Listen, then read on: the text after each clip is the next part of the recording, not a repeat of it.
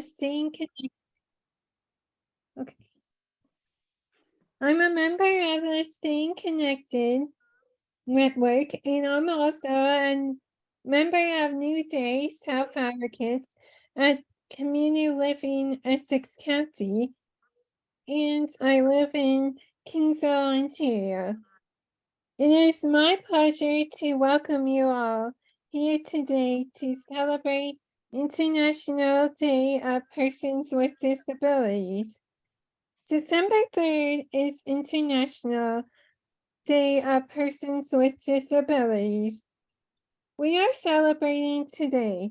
This is an annual occasion designated to join together to support people with a disability in our communities and raise awareness of the importance of creating a future where people with disabilities experience equal opportunity and face no barriers in all aspects of their lives. Whether it be going about their day-to-day lives with adequate accessibility in their communities, joining the workforce, or being able to showcase their abilities and reach their goals without facing barriers. Today we are excited to welcome guest speakers from Advocating Change Today together from Dundee, Scotland, members of Respecting Rights, Ontario, Canada, members of the Council of Community Living Ontario, and members of the Hot Topics group in Australia, who will be talking to us about disability pride. I will now turn things over to James to introduce our first guest. Thank you. Hi, James. Hello there. Okay. Hi everyone. As Brianne said, my name is James. I am a member of the Staying Connected Network and a member of New Business Advocates group with Community Living London.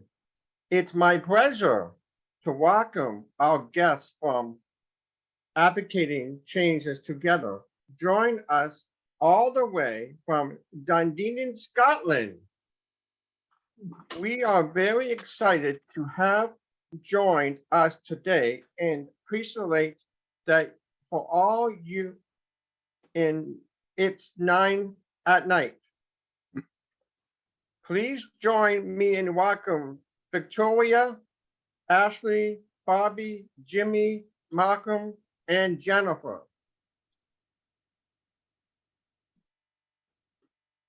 Hello, I'm Vicky. Hello. From Advocating Together Hello. in Scotland.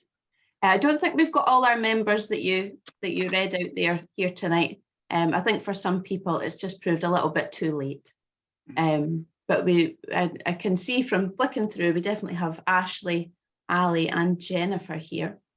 Okay. Aye. So I'll just describe who we are, and Ali has written a few words about Scotland. I think you must have all been keen to hear about Scotland. Yeah. We're probably not as quite as well rehearsed. We've had a lot of we've had some staff illness, a staff resignation, and some people on holiday. So we've been incredibly busy in the last few weeks. So we are an advocacy organisation based in Dundee.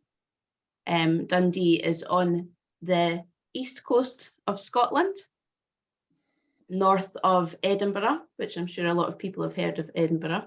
It would probably take an hour or so to travel from Edinburgh to Dundee.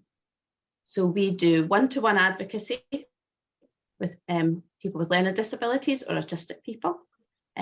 We do collective advocacy, so gaining the views of larger groups of people. And we also do self-advocacy, where our members come together, they decide exactly what it is they want to talk about, learn about, and they steer the group. So that's in a nutshell what we do, and I'm going to hand over to Ali to tell you a bit more about Scotland from his point of view. Okay, right. Can you hear me okay? Yeah. Yes, we can. Okay, Sure thanks. can. Andy. Okay, right. I am proud to be Scottish and live in such a vibrant and busy city. Scotland is steeped in history. It has amazing architecture as well as opportunities for people with learning disabilities. Scotland is recorded to be one of the sunniest cities, and we have a provost who is like the big boss of the town. He has a huge responsibility and makes very important decisions about how the city is run and what's best for the people. Yeah. We also have some well-known celebrities that come from Dundee. Lorraine Kelly, TV presenter, Brian Cox, author, and we are also known for the 3 J's, which is jam from the Keeler's factory, jute, which is from the old jute mills, and journalism, which we have a place that does the newspapers and does comics such as the Dandy, the Beano, and many others, as well as our local paper, the Courier. Dundee is also home to a massive games industry and Grand Theft Auto. I like Dundee because it's a safe place where I can meet my friends and be with people who care about me and who I care about. And I really enjoy my job and working with people and feeling like we make a difference. Thank you for listening. Thank you, Ali. Ashley, do you have anything you would like to add about Scotland and Dundee? Yeah, Scotland's got like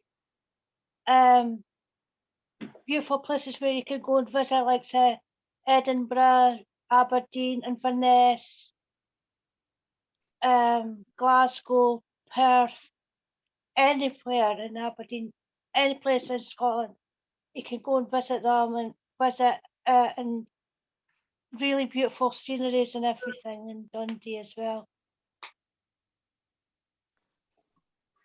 And you're able to travel to all these places for free on the bus. Yeah. Which is a bonus. Yeah. Thanks, Ashley. No How about you, bother. Jennifer? Is there anything you'd like to say about Dundee or Scotland? You're on mute, honey. You're on mute.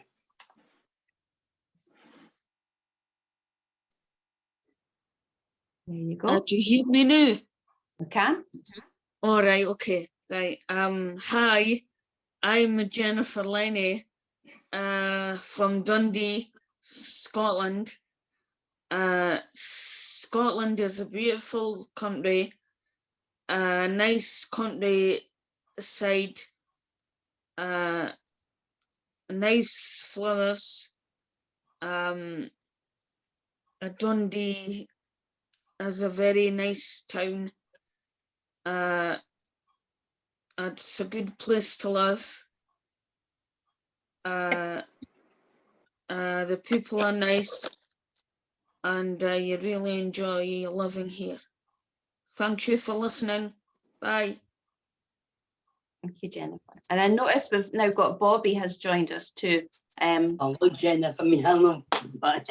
Bobby's been a member with us for a long time, and he's somebody very interested in Dundee and history. And you'll notice he has a very broad Dundonian accent as well. Yeah. What would you like to say about Dundee, Bobby, in Scotland? Lovely city to live in, plus Scotland's a lovely place too.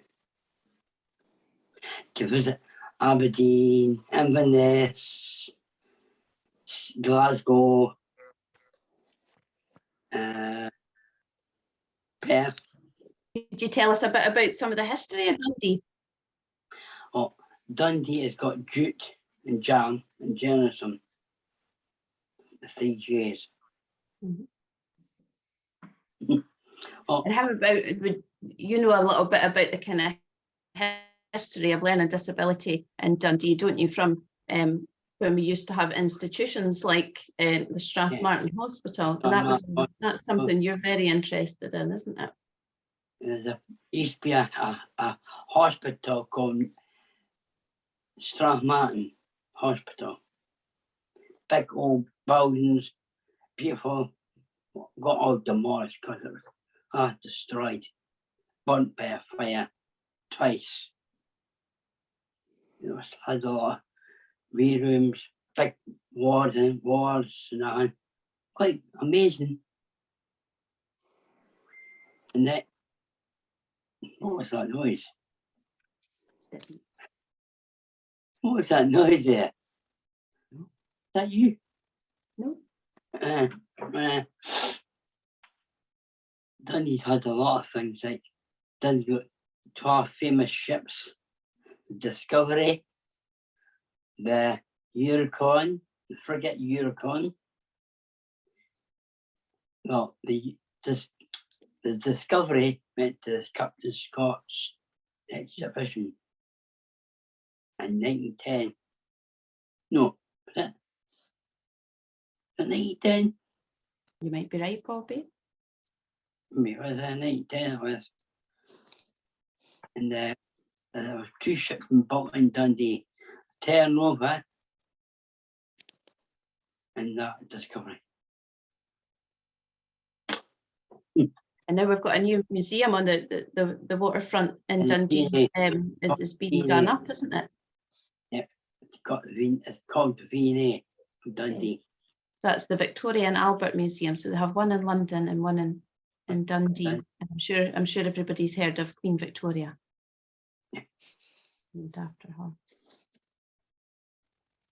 And We thought people might have a lot of questions for us. So we're very happy to throw it out to everybody and take questions on Scotland. What do people want to know? So this is Lloyd here, and I'd like to know from you in Scotland, how do handy buses work in Scotland? Because I heard a few years ago where they was going to get seniors used to handy buses in Scotland, but I don't know if that happened or not. But I was wondering how do handy buses work in Scotland? Yeah. So Lloyd is a handy bus, like a little mini bus that comes round and collects people and takes them from their door. I wonder how they work in Scotland, how the handy buses work in Scotland. We don't, oh sorry. Well, some older people and perhaps some disabled people as well can, depending on where you live in Scotland, some areas have buses called Dial-A-Ride, where you can phone up and they'll come collect you at your door, take you to the shops, take you to the bingo, wherever it is you'd like to go, take you to church. But we also have, and Ali, you could talk a bit more about it, everybody with a disability in Scotland can get a free bus pass, and that will take them anywhere in Scotland. They'll get free. Can we get my bus pass, Vicky? Have you got your bus pass there, Ali, do you? I'm going to get that. Yeah. And some people's bus passes also have a companion pass, it's called. So they can get a friend or carer on the bus with them for free as well. Thank you very much.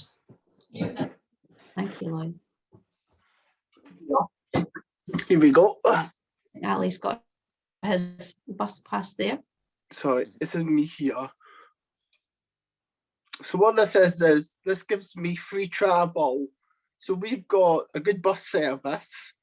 So when you go, yeah, so when we go, So when we're going to Dundee, there's buses, various bus stops, and you get on the bus and you say where you want to go, and then you put your pass down on a kind of ticket thing, and then they give you a ticket and you go on the bus. Like you don't pay with this. You'll also see on it, let me see. Don't know how this is working, Vicky. We could just see it. Over Yeah, but there's there a you go. C. Yeah. There's a C at the side of my card, and that means companion. And that means that I could get Vicky on the bus with me. I could get anybody on the bus with me free, and they wouldn't need to pay. It's also what was I going to say? And I was going to say as well, but the bus passes also have a run out date from when they're valid till. So when you go order your bus pass, you have to go into the big office in Dundee and order your new bus pass. Yeah. Thanks, Ali. I was going to also Pleasure. say the Scottish Government's also offered free bus passes now to everybody under the age of 21, I think it is. Wow.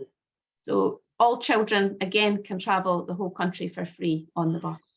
Isla will be pleased. Amazing. It's great. I see we've got a few people waiting at the top. I also, a quick one to answer. Bobby, do we still have deep fried Mars bars in Scotland? Do you know? You're on mute. On mute. I think we can safely say in Scotland we'll deep fry anything, won't we? Absolutely. Not just Mars bars, any chocolate bar you like.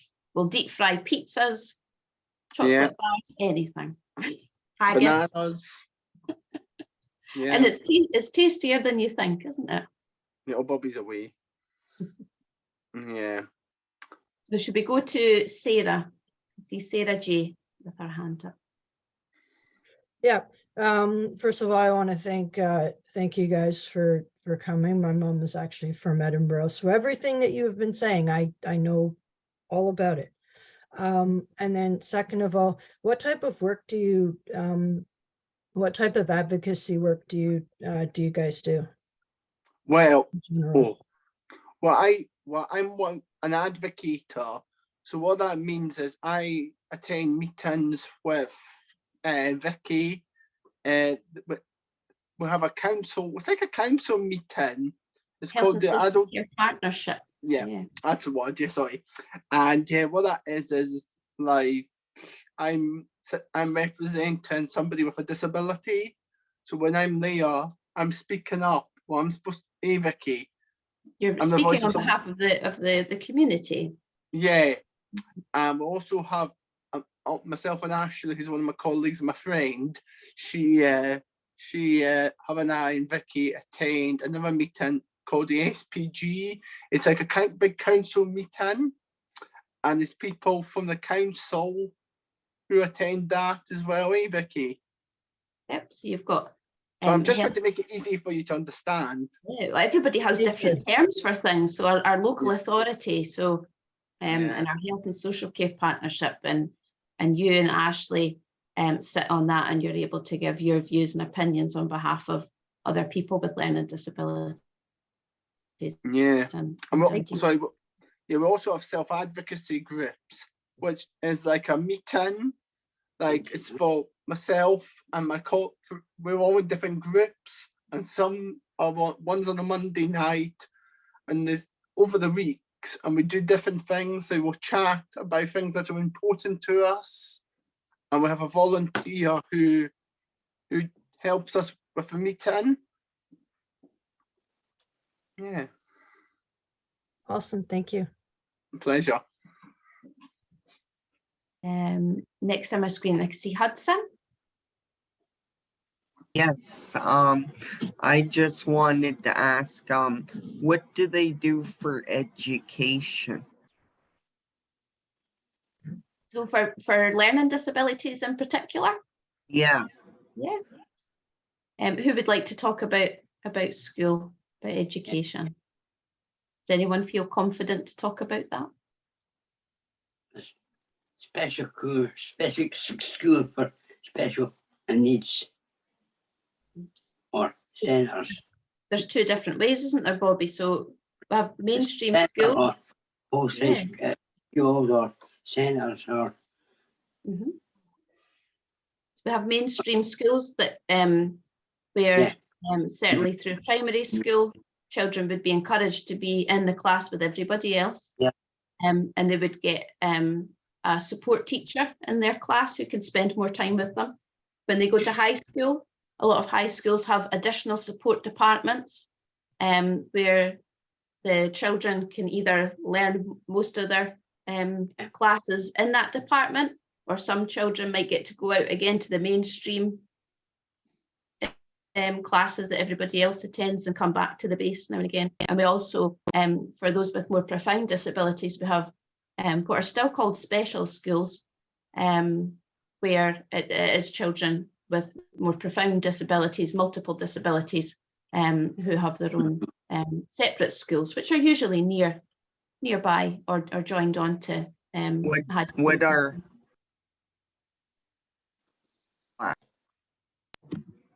like the special classes called?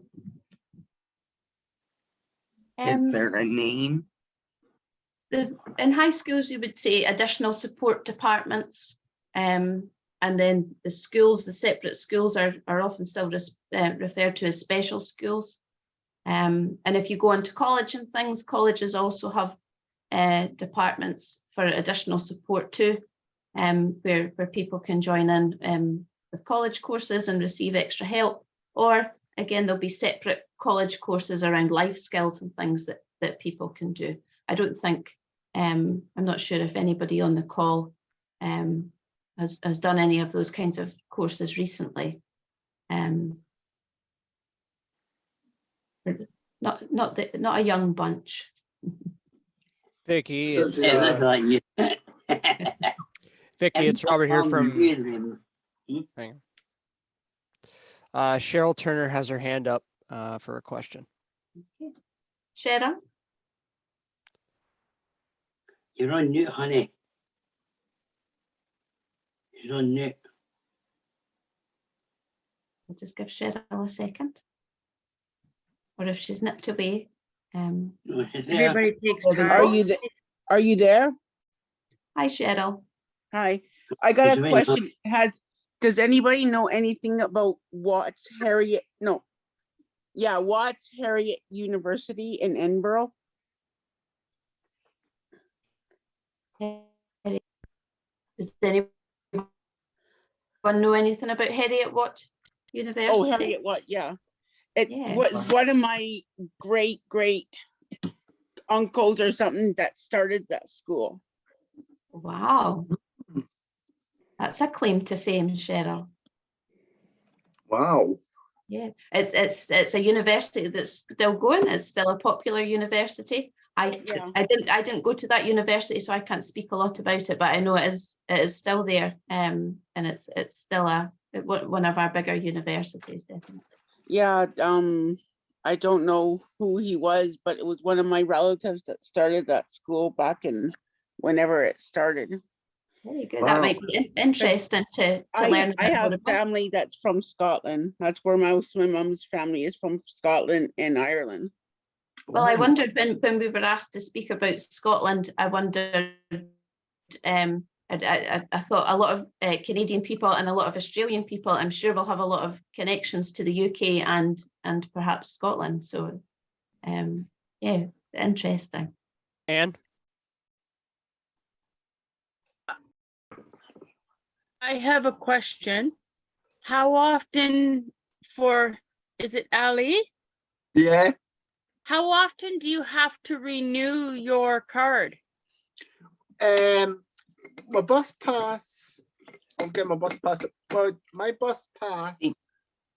It's 11th of June, 11th of April, 2024. But it's different for different people. Like but mine is 2024, and yeah. So if you don't see if you didn't renew it or that, they do have the power to take your bus pass off you if it's Yeah. out of date. So yeah. I also have ties to Scotland Oh wow. on my mom's side. There you go. Mm, And I have ties to England wow. on Can I both ask- sides. I was I going to thought say, we'd have a lot of time when you go, Ali. No, I was gonna say- Sorry, I really hate to interrupt, but we've got quite a few people with hands. We also have some questions in the chat. So if we can do the James next, that would be great. James, Okay, well, my question is, you guys said you deep fry pizza. I never heard of deep fried pizza. I heard deep fried Mars bars and all that, but deep fried pizza sounds really good. I just never Yeah. heard of you guys doing that. Is it, how do you guys actually cook that? Is it then like done like deep fried, or is it just done like a pizza? Mm, Have any of the Dundee lot ever had a deep fried pizza? no, Do you speak from experience? Yeah. No? certainly you have, not. Bobby? Do you know how they You cook it, go. Bobby? What the? We got a tower. That's what it's called. It's called a tower. It's like a cooker. Wee small cooker, but I can't explain to you, but it does. It does pizzas and you name it. It does it. So a deep fried pizza is a battered, usually a half pizza, a pizza cut in half, margarita, dipped in batter and put in the deep fat fryer. Sounds good. Mm. You can batter and fry anything. Yeah, Wow. we regularly I batter. don't like anything done a deep fryer. Don't You like don't like that, that. Ashley? Yuck, no. That's- yeah. Alex, No, your just keep it. Alex, your hands up. Alex Jack. All right, so hey folks, I'm Alex and I'm from Calgary, Alberta, Canada, and oh my gosh, I just have to say I'm absolutely loving the Scottish accents. It's so wonderful to meet you folks because my family is primarily from Glasgow, Scotland. Wow.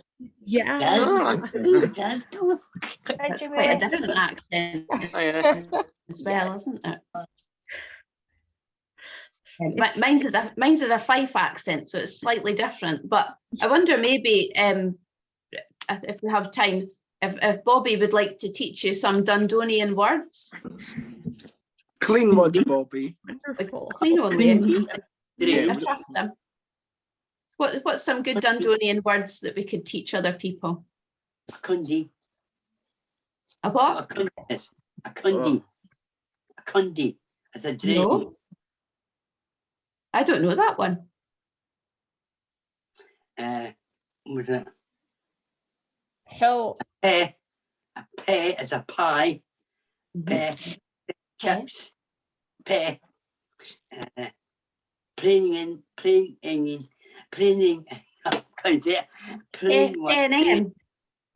Ingen is onion. Plain onion and the nine there. The plain one and the onion one. There. You said earlier, Bobby, you said twa boats.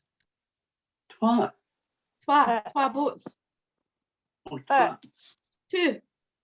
Two. The number two. Twa. Two boats. Twa. Twa is two underneath. But also, listen to this. Twa means French and three.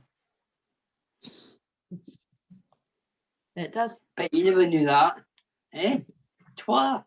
So one people might say one, twa.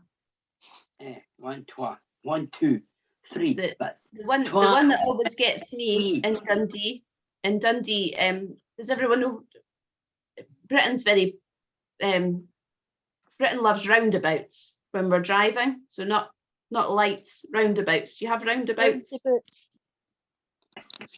yeah. And in Dundee, We do. We have roundabouts. I have a roundabout down the road from me. well, we have a lot of roundabouts in the UK. They love roundabouts here. You get dizzy? What do we call those in Dundee? And only Dundee? Roundabout. Roundabout. Circles. Circles. Very straightforward. Circles. Circles. Just Aye. round the Circle. circles. Mike? Yeah, so we do have a few questions in the chat. I just want to say though that the UK has nearly as many roundabouts as British Columbia does, but I think the UK probably has BC beat. I just came back from England, so We do yeah, love there's it. quite a few. Sorry, I'm just, oh, here it is. So this is a question from Judy. She said, what is your organization called? We have an organization called Community Living. So I Ali, believe that we're talking about education, if I'm not mistaken. Yeah. Well, our organisation is called Advocating Together because we Oh. we are the voice of people with learning disabilities and autism. So we are a small organisation that's based in the town. We're a charity that relies on funding, Vicky. yes. Yeah, we rely on funding. That the funding is what keeps us going.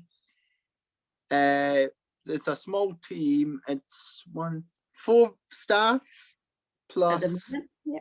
at the moment, yeah. At the moment, yeah. Yeah, at the moment, yeah. So, yeah, it might be free tomorrow. Anyway, no, it won't be.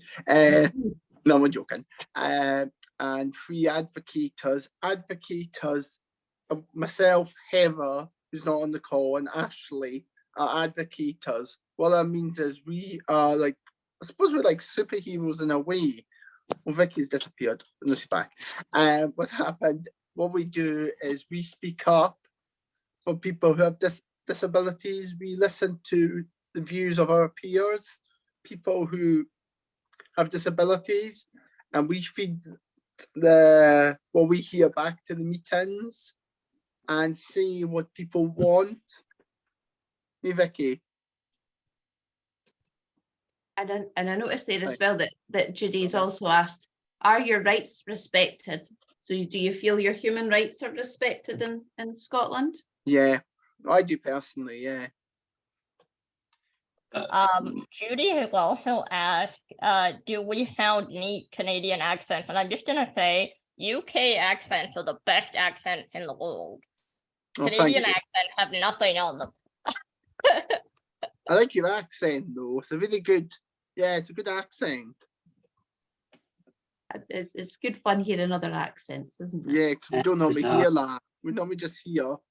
Yeah, Well, Vicky, we don't hear a lot. Yeah, and I noticed that maybe this one's for you, Bobby. I noticed a question here from Judy as well about the football. How's the football? Judy, Oh, God. I can't see her. How's the football, Bobby? Who do you support? You're the big football fan. Dundee United. And How are they Dundee. doing? Well, Dundee United's doing the bottom league, and Dundee's coming up. There's 2 teams. There's 2 teams in a very in quite a small city, isn't there? They're right Yeah. next door to each Yeah. other too. Yeah, Tannadice and Dens, right, close together. So Vicky, if you're feeling, I got Suzanne Thomas has a question, and then I believe Amber Cutter also has one as well. Great, thank you. I just want to Yeah. say, what kind of holidays you guys have in Scotland? Holidays. What do you mean the weather? I'm Suzanne Thomas from Guelph, Ontario, Canada. Yeah, holidays. Where do you go on? Where do you guys go on holidays? I go. Yeah, we have Christmas holidays in December. Ah, oh, when oh, and Oh, so you you mean holidays as in Christmas? Yeah. What kind oh, of, so you- I know you guys have different holidays than we have. So Yeah, we Well, all we have like, we celebrate like Christmas Day, Christmas and Boxing Day and Hogmanay. And in Scotland, we have a thing what we call Hogmanay, and that means like, basically like we can go out and celebrate it with our friends and come back to for the bells and then just When is Go to bed or Hogmanay? whatever. When is Hogmanay, Ashley? Yeah, When is Hogmanay? 31st of December. You guys have Easter? Yeah, we celebrate Easter as well, yeah. Yeah. That's in April. I think, yeah, you'll probably find a lot of our holidays will be quite similar, as I suppose we're all are, you know, have traditionally been Christian countries. So yeah, and I think one of the big ones in Scotland, like Ashley was saying, is Hogmanay. Hogmanay. I think Scotland's quite famous for their New Year celebration. Well, we give it loudly. Why? That's a good one, Ali. Do you want to tell people what that means? Oh, I don't actually know myself. Give it loud. Give it loudly means give it whaley. Give it I don't know, Vicky. How would I describe that? Give it your all. What's what he's dead? Give it your all. Yeah, give it enthusiasm. All right, so we have Hudson, and then I've got Amber pinned as well to ask questions. So Hudson, you go, then Amber. What are the roads like, and do you get lots of snow? We well, don't. Oh, sorry. Well, we don't get snow like every year, but we have. I think the last time we had like thick snow, that was February last year. And that's quite rare, isn't it, Jimmy? That's rare. I think we're lucky at the moment if we get snow once a year, and it doesn't tend to grind everything to a halt too badly. Yeah. And what are our roads like? Hudson was asking. If it's snowing here in Scotland, the roads can be really quite slippery and slippery and that. But apart from that, they're all right. But you just I really don't have think to watch what you're not quite as well prepared as certain parts of Canada are, I'm sure, because we just don't get the same amount of snow. So if it does fall heavily, we're stuck in the house, aren't we? Okay. Then we got one from Amber, and then after Amber, Mike, I will hand the chat over to you to take questions out of the chat.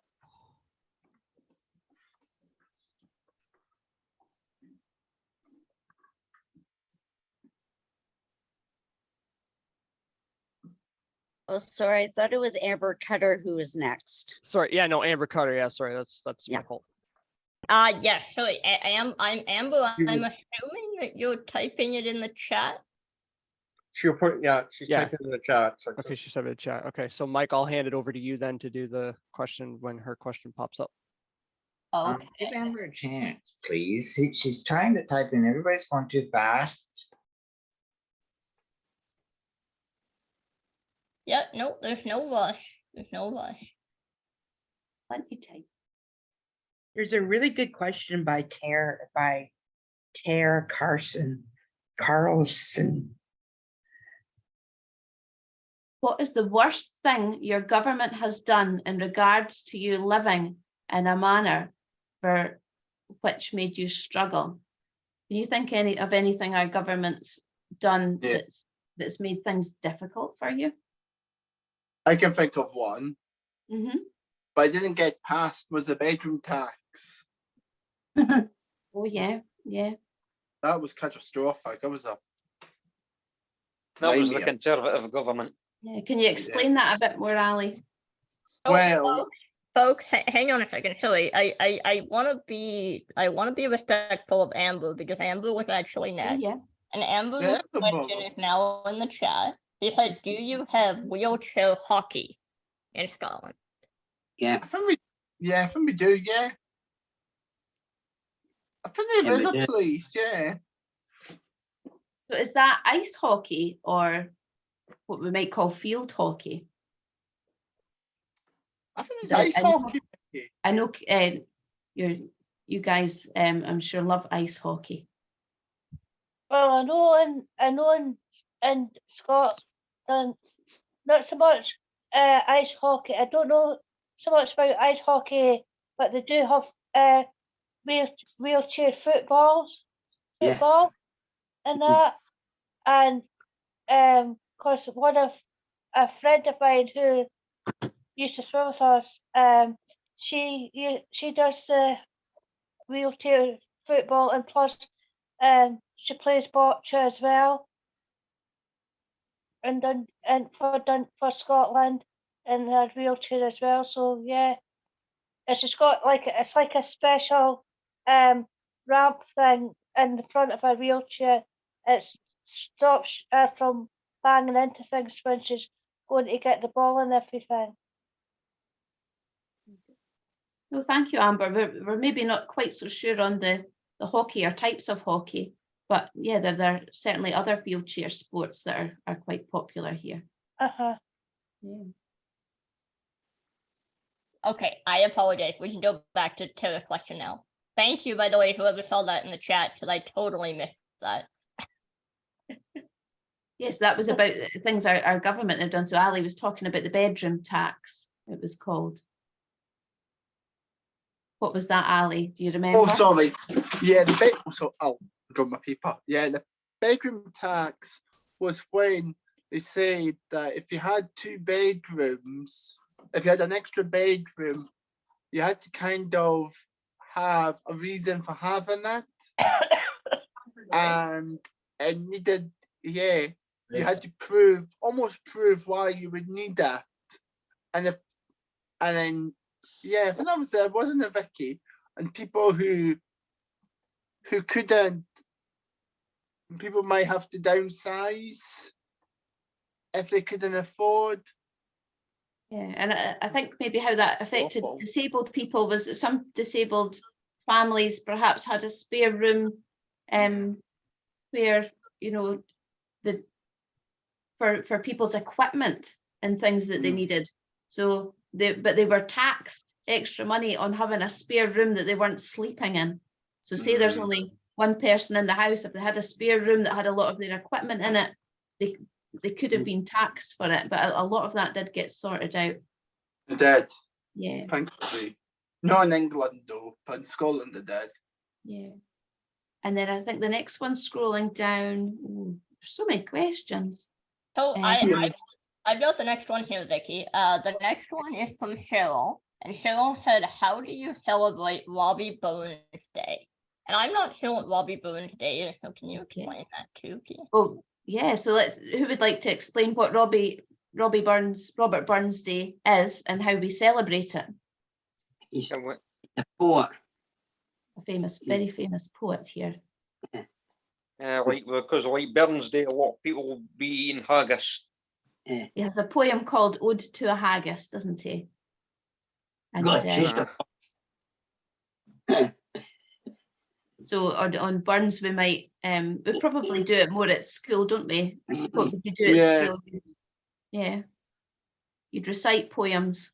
When we were at college, we a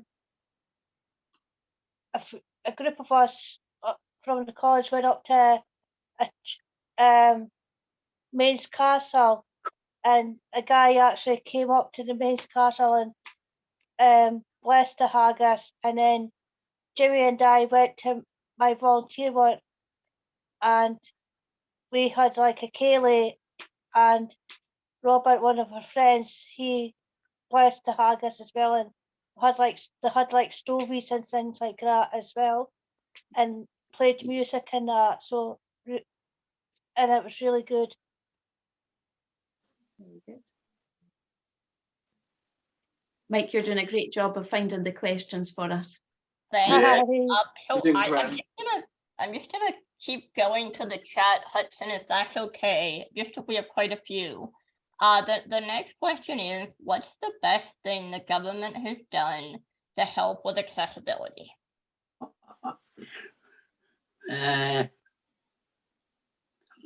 So what's the government done that's helped with accessibility?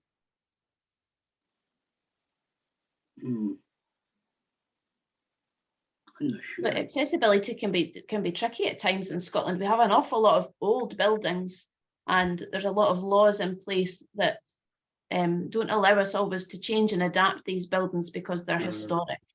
So that can be difficult. What would you guys say about new buildings? We've got like some of the libraries have wheelchair access, automatic doors. Yes. I think it's definitely thought for every new building built, accessibility is Vicky. is always thought about, isn't it? Yeah, sorry, Vicky. No, thank you, Ali. Thank you. So I'm just gonna go to the question from James. He said, "Do you have Special Olympic?" Yes, Ashley, Yeah, I'm. yes, we had Special Olympic out. We had Special Olympics. First Special Olympics we went to was in 2001. That was in Cardiff, and my partner and I went to Cardiff for swimming, and then the second one was 2009. That was in Leicester, and I went for swimming, and my partner he went for powerlifting, and we won medals and everything at Special Olympics. Yeah. And we have another question. Sure. Where did it go? From Judy. She says, "Do you have subsidized housing?" Do we have what? Subsidized. So I suppose some people don't have to pay for their housing at all. Subsidized. All right, okay. Yeah. Sorry, I Yeah, wasn't. it's maybe quite an easy one, isn't it? So there are people who might have to make a small contribution towards their housing, and other people, because of their needs, their housing is covered by their benefits. Hey. You have anything to add, Ali? Not really, no. I think some people housing. Yeah, housing, like it's sometimes hard for people to get the right housing they want. There's sometimes a waiting list. Yeah. So you might not get a house straight away. You might wait years, months. You know what I mean? Yeah, it's the same thing here, unfortunately. At the moment, there's a huge housing shortage, and also in particular for accessible housing. There's big waiting lists for that. I don't think the pandemic's helped that either. No. Been dreadful. Yeah. So I think what I'm gonna do is I'm gonna go to Hudson. Hudson, you had quite a few questions in the chat, but I see your hand is up. So did you want to ask them? Yes, I would. Do you guys have well-known foods? Yes, we eat a lot of well-known foods. There's we eat like normal. Was it like Scots? We eat like the mince and tatties. We have like fish and chips. There's there's Chinese places, like restaurant, Indian places, Italian places. We also have like kebab places and stuff like that. Fast food restaurants. Fast foods. What food do you think we're most known for? Chippies. What's that? Chippers. Chips. Chippers. Chippers. Chippers. Fish and chips. Lots of cheese. What about school board meetings? Do you have those? Do have school board meetings? School board meetings. Does anybody want to answer that? You happy for me to answer that? Yeah. Yeah. We don't have school boards in the same way that I understand that you might have school boards. I think are your school boards quite political? Yes, they are. Yeah. We don't have people who are voted on to boards. So the schools, most schools are run by our local authorities, which would then answer to the Scottish Government. So they're all government funded, and yeah, decisions are made nationally rather than locally. But you can have PTAs, so groups of parents who help fundraise for the school and things like that. But that would probably be the most of people's involvement. So yeah, it's not quite as political as it might be for yourselves. Cool. So, Amber, I am so sorry, but we only have time for one last question, and I'm told there's a question in the chat that I completely missed. Oh, okay. So this is from Chigasa Oza, and I apologize if I'm saying that wrong. From the Yukon, it was -30 Celsius a few days ago. What do you guys do for the summer? So -30, that's incredibly cold. We don't get that. No. So November, we're getting into winter. Do you guys know what the temperature was today? I can see it on my computer. No. It was 8 degrees. Really? Wow. 2 degrees. I'm trying to think, what do you think, guys? What do you think that our kind of coldest weather might be? -0. Yeah. It goes into the minuses, but yeah, I think you'd be lucky if it got past -5. Yeah. +15? -0. God. In summer, what can we get? Well, we had the hottest temperatures on record this year. What kind of temperatures were I think we it was getting? 50 degrees. 29. Oh, no, was it? Yeah, that kind of 29. around that 29, 30.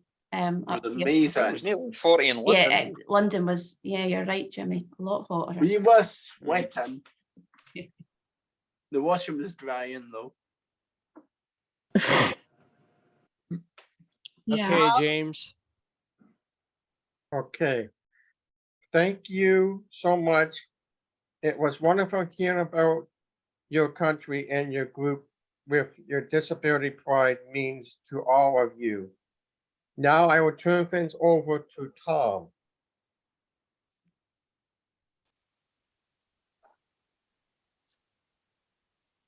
Okay. Michelle? Thank you, Michelle. The Stay Connected Network is made up of a group of people from around the world who come together to share resources, experiences, and work together to advocate for change to improve the lives of people with developmental disabilities. There are currently 162 members. The Stay Connected Network began in 2020. People who attended the 2019 International Day of Persons with Disabilities, hosted by New Vision advocates, enjoyed meeting each other and wanted to be able to stay connected at the event, and so the Canadian Stay Connected Network was created.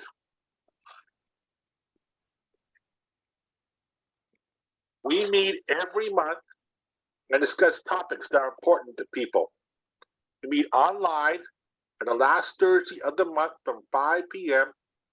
to 7 p.m.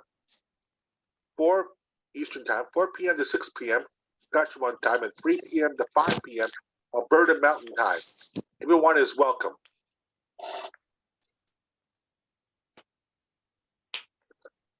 At the bottom of the screen is a link. I will take you to the networks, TikTok, YouTube, Facebook, and the Stay Connected Network website. If you are interested in becoming a member of the Stay Connected Network, this link is also your agenda for today.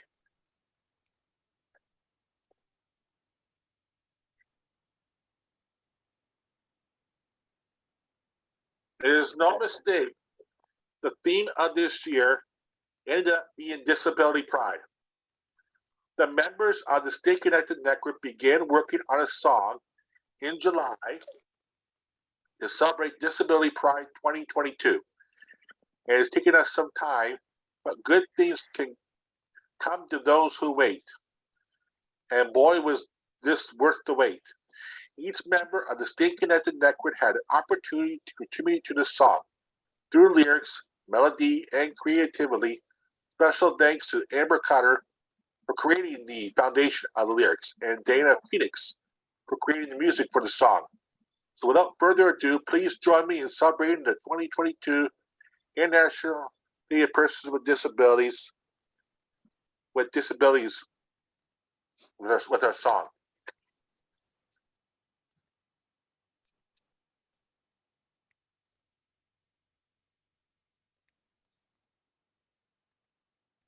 There we go.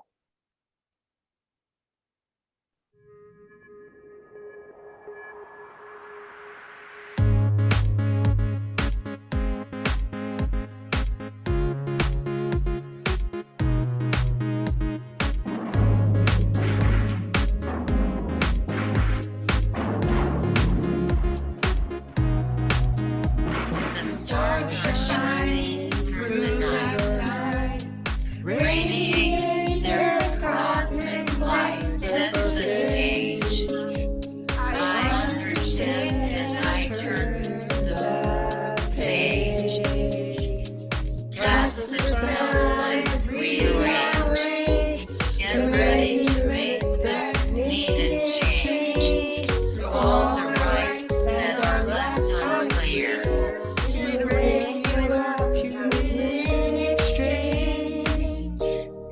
So we can rise, rise, rise, like the mountains touch the sky. Rise, rise, rise, you can do it if you try. Rise, rise, rise, chase away those daily blues. Rise, rise, rise, walk, roll, ride the mile in my shoes. Disability pride means to me that I'm included in my community. Being able to live with your disability without being forced to hide it. We are all the same. Human rights for all humans. People with disabilities are not invisible. Focus on my ability, not my disability. We are into that, we are together in the disability, we are together. I'm proud to be a trans man. I'm proud to be gay, and I'm proud to be disabled. Respectability, integrity. What do these words mean? All people have different meanings, so it seems. We're gonna fight for rights without losing sight of our pride and dreams. Empower us to make things right and overcome the political scheme. People need the freedom to speak, regardless of ability. Having someone listening improves stability. Physical, mental, social neglect, and all the issues that are left by the wayside or unsolved. Inclusion helps in getting things resolved. So we can rise, rise, rise, like the mountains touch the sky. Rise, rise, rise, you can do it if you try. Rise, rise, rise, chase away those daily blues. Rise, rise, rise, walk, roll, ride a mile in my shoes. What pride means to me is to understand me. Pride is a right. We are all equal. We are ladies. We are essential. Pride in being disabled. Disability culture and history is important. We all have a role to play in ensuring that people with disabilities have that opportunity to reach their full potential and to participate fully in all aspects of community life. Pride is beautiful.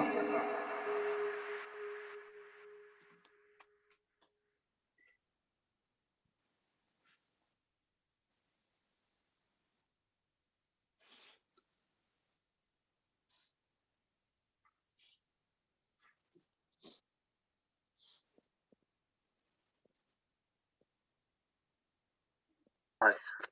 Thank you for everyone for dancing and singing along.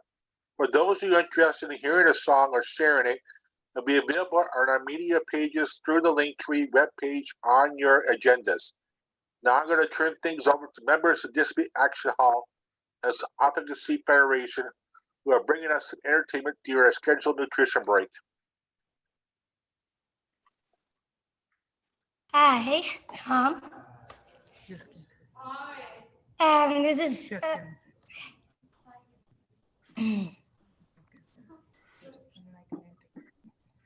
Hi, Hello. I am Amy Leanne. I am born and raised in Whitehorse, Yukon, as you know. I think all of you may hear my voice around the world through Madagascar with Annabelle. I have some ancestors from Scotland, of course. I am part Scottish as well. So I have a disability as well. I was born with Down syndrome. That makes me very special. And I just want you guys to know about Scotland. I've been there before in 2013.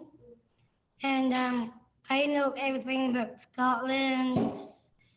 And I've been to like military tattoo. I've been to all the places. And I have a job at Suburbs Walmart and at the Golden Mall here in Whitehorse, Yukon. And I have a really good family here and in Vancouver.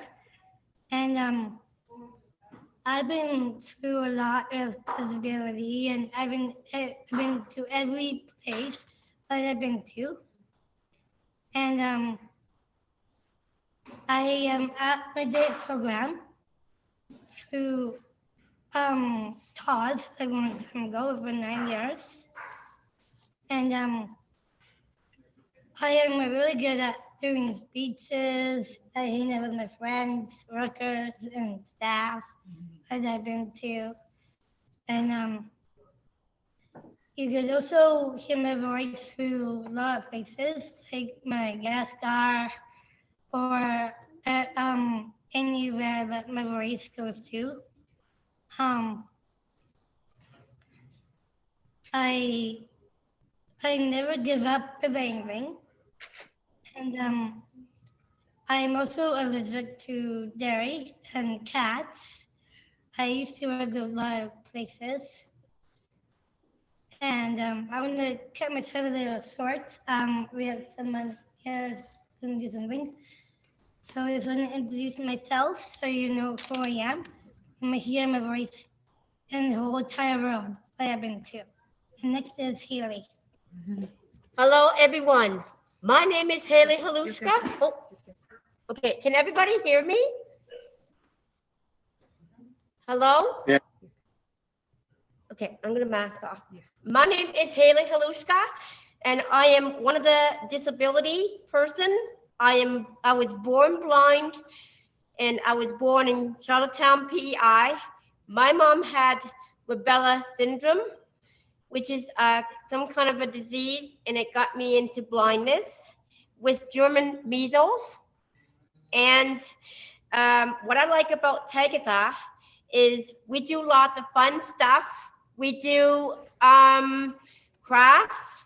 Every day we do some exercises. We sometimes do morning movement. We do mindfulness, and we do other activities such as singing, which you all just did for us.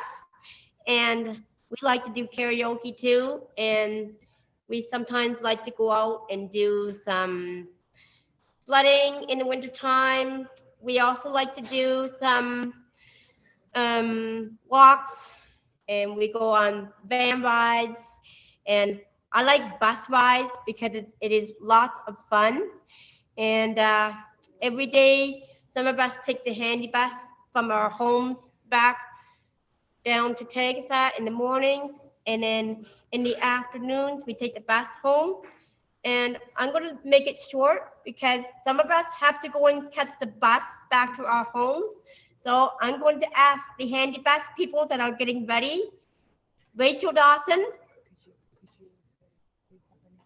If any of you guys have any questions, speak now or forever hold your peace.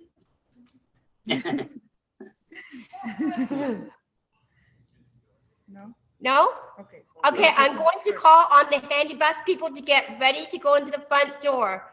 And that is Rachel Dawson, Sherry Lee Wilson, Anna Thompson, Brittany Telford, Stefan, and Zachary Louis. Okay, thank you. Thank you all and enjoy the rest of your day. Wee. Thank you.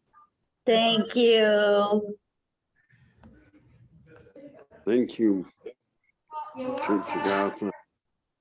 My name's Brad Robertson. I'm with the Disability Action Hall, Poverty Talks, and a number of and a bunch of other organizations. My purpose in life was for fighting for better benefits and more aid for people on disabilities. I believe Colleen's got a small video ready. Colleen?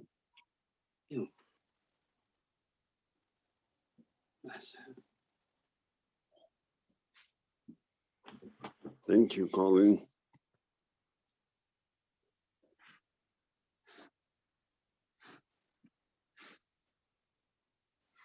Just a moment. No problem, Colleen. Disability Action Hall's been around for about 21, 22 years, and we're really into fighting for seniors, people on age, and people on welfare get better benefits and better transportation. I like the idea of free transportation in Scotland. Good advocacy for Scotland. That's great. I've been to Scotland a few times, so I know what it's like. It's beautiful. Thank you.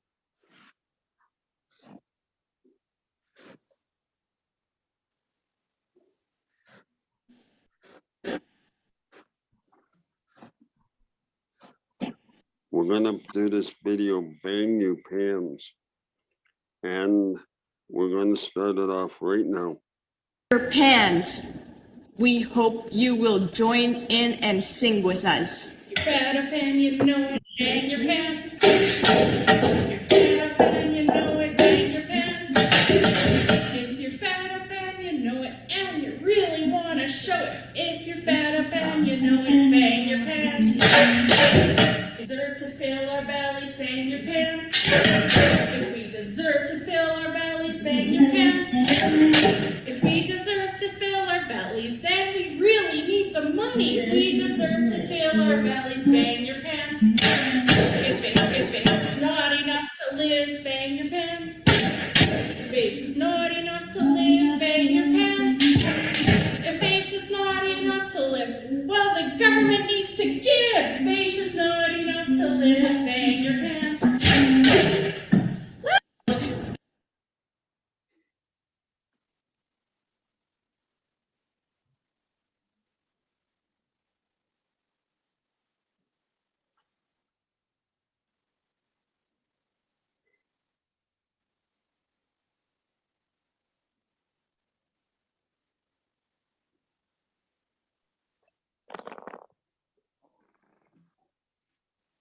All right. That was Bang Your Pans was a video we made about all the problems we're having and all the way and how much we're fed up.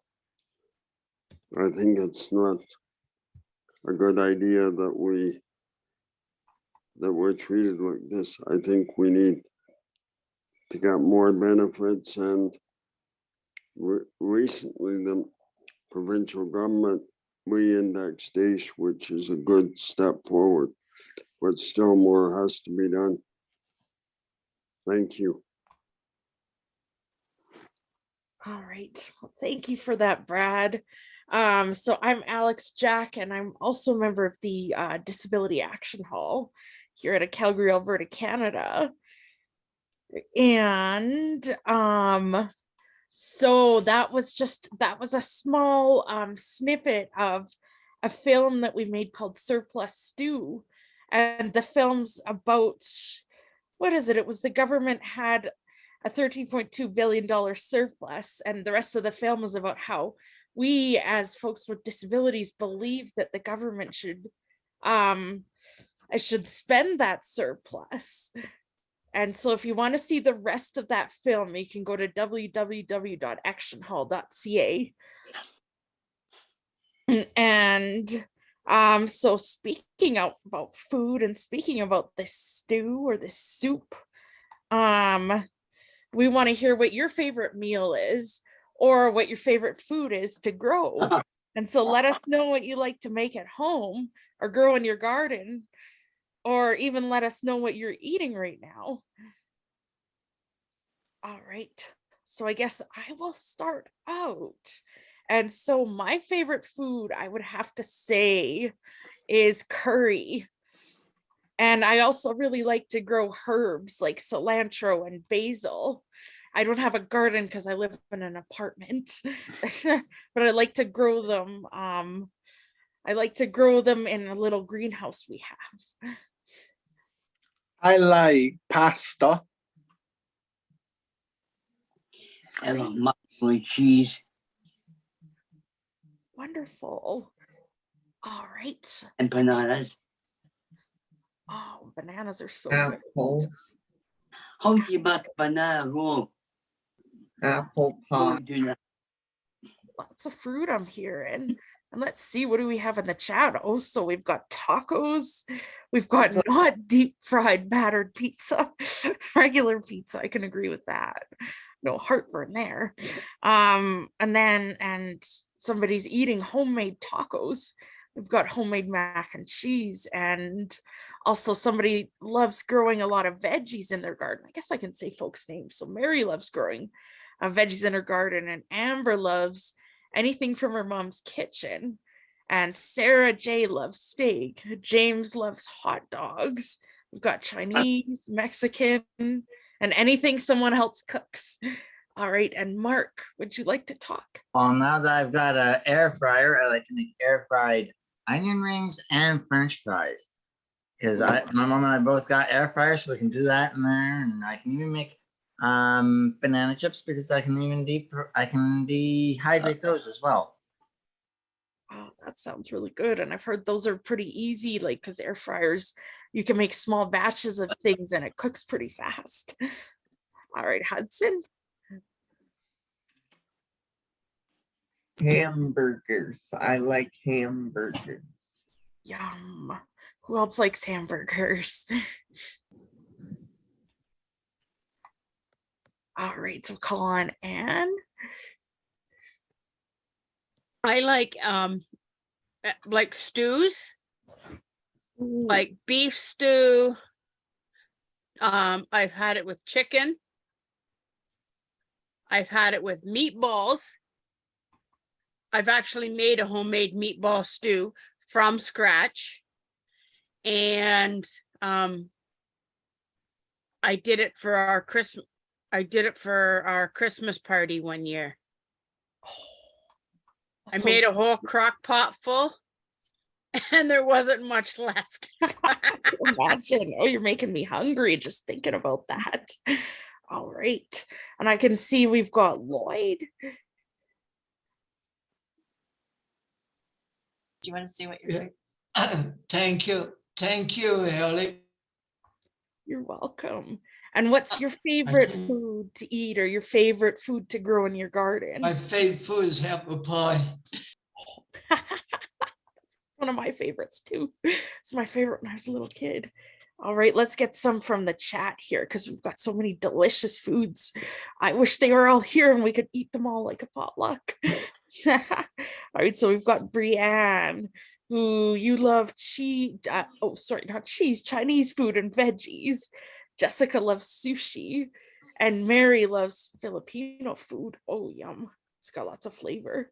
And Denise loves Thai food. And then we've got Brianne, who loves burrito bowls. Oh, that sounds good. And then, of course, we've got Allie from Scotland with the lots and lots of chips. Bananas. Yes. And then bananas. Who was that? Who said that? Bobby. Oh, Bobby. And Bobby. Bobby. Then we've got, oh my, Desidra? Did I say that right? Who loves sashimi. And then Mary also says that she loves fish and chips. Yes, and definitely agreed on the lots of chips. We've got Haley, who loves jerk chicken with peas and rice. It's got a kick. And Brett loves pumpkin pie. And then let's see. So we've got James in the chat who had his hand up. I also like pecan pie. Oh, yum. Me too. Yeah. All right.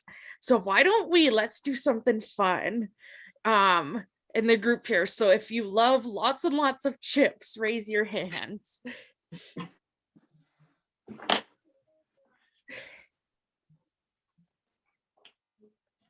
Well, it looks like there's lots of us from all over the world who love lots and lots of chips. Yes, that's not only a Dundee, Scotland thing.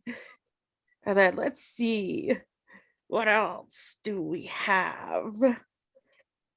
And who else likes hamburgers? I like them too. They go well for chips. They do, yes. Hamburger with the side of chips. All right, let's try something. All right, we'll do one last poll and then I'm gonna hand it over to Lloyd. Let's see. Who likes Coca-Cola? Oh, good one, I Brad. like that too. Who likes I goes well for burger and chips. It does. We're making a whole meal here. I guess burger and chips with Coca-Cola to drink is our official meal for today. All right. So, well, that was a lot of fun, folks. Thank you for sharing. That's okay.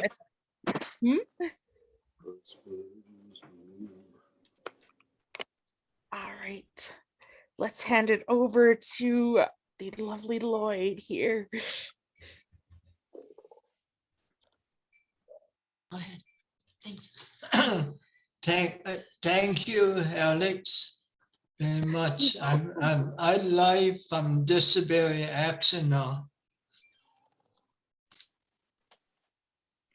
And now I got a story about the lettuce. The lettuce used to be $1 one time, and now it's $5. So you can't even make a good salad out of lettuce now. It costs too much. People can now eat food. People cannot afford to buy a salad.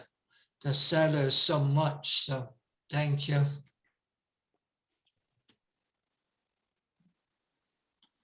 And now we're going to hand it over to self-advocacy confederation. Florence. Florence. Florence. We're going to call him Florence. Florence. Hey, Florence, can you unmute your phone?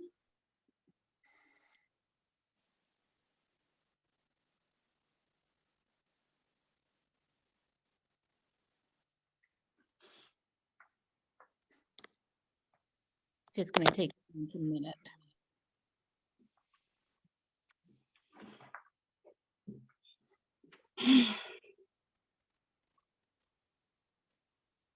Florence, can you ask Julie to help you with that if you need help?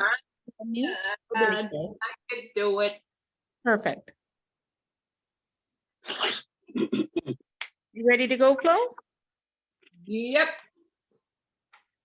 I am.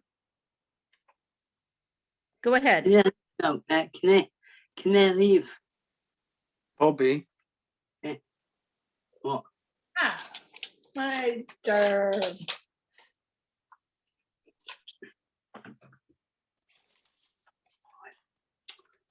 This year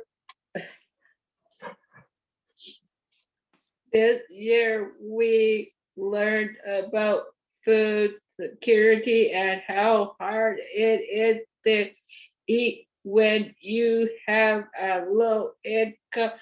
We decided that we wanted to learn how to grow our own food to stretch our dollars. We put together a slideshow to show the zucchini, carrots, cucumbers, and mushrooms. Self-advocacy federation speaker begins talking about the work for the community food garden and cues a person to share their screen of photo of the garden.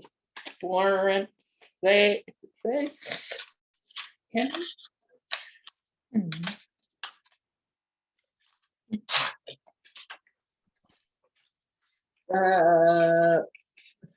The slides also are in a food documentary.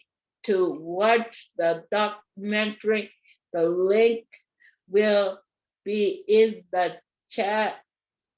Did anybody have any? Flo, hang on, we've got to show Florence. We have Yeah. to show what we said we're going to show first. We're going to show them what we did with the garden, then we'll ask for questions, okay? Okay. Okay. So Vicky, if I can have co-hosting, I can play this slow. Play this. I just gave it to you, but maybe it didn't go. Okay, oh through. yeah, I got it, thanks. Hang on. Just a minute.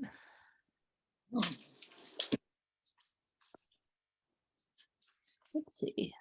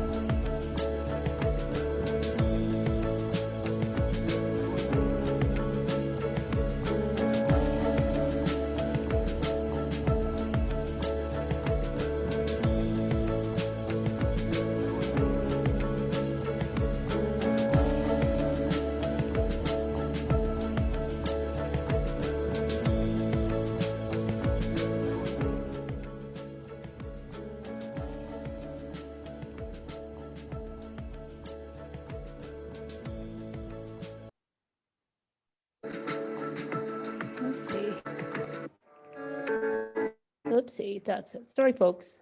Just went over a thing. So Florence, do you want to tell them a little bit what we did with the garden? Oh, the slides also are in the documentary. To watch the documentary link will be in the chat.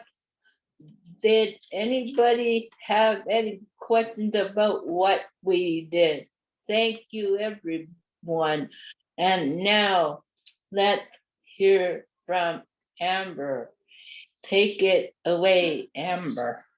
Hang on, Flo. We got to see if anyone has any questions, okay? And I'm going to put the link in the chat of the food documentary that we did. Handicap, and it's a monthly pension. Oops, sorry. We like just to a minute, refer folks. to it as a pension rather than benefits, because when it's referred to as benefits. Sorry, folks. I'm joining you from really, really bad internet, so it's hard for me to, I'm trying to navigate here, but I'm going to put the link in the chat. We did a documentary on disability and food security. If anybody at some other point would like to watch it, it's about 20 long. Daisy, are you there? Are you with us? I'm right here. You want to talk a little bit about what we did with the garden? I don't know because I wasn't there. Well, that's right. You didn't come to the garden, did you? Oh, I'm Do you want to sorry. I talk- did. You want to talk about what we did with the food documentary and the project, why we did it? I don't remember. Honestly, Carrie, I don't remember. Sorry. You don't remember? Is Kaveen here? Is Kaveen on? I didn't see her. Yes, I am. Kaveen, you were there from beginning to end. Can you tell us a little bit why we did and why we did the food documentary? Sorry, you cut off. Can you please repeat that? Can you tell everybody a little bit like why we learned about food security? I was saying Mary's better at explaining this part. Is Mary, Mary here? Mary here? Yeah, I'm here. I just have to turn off something. Thanks, Mary.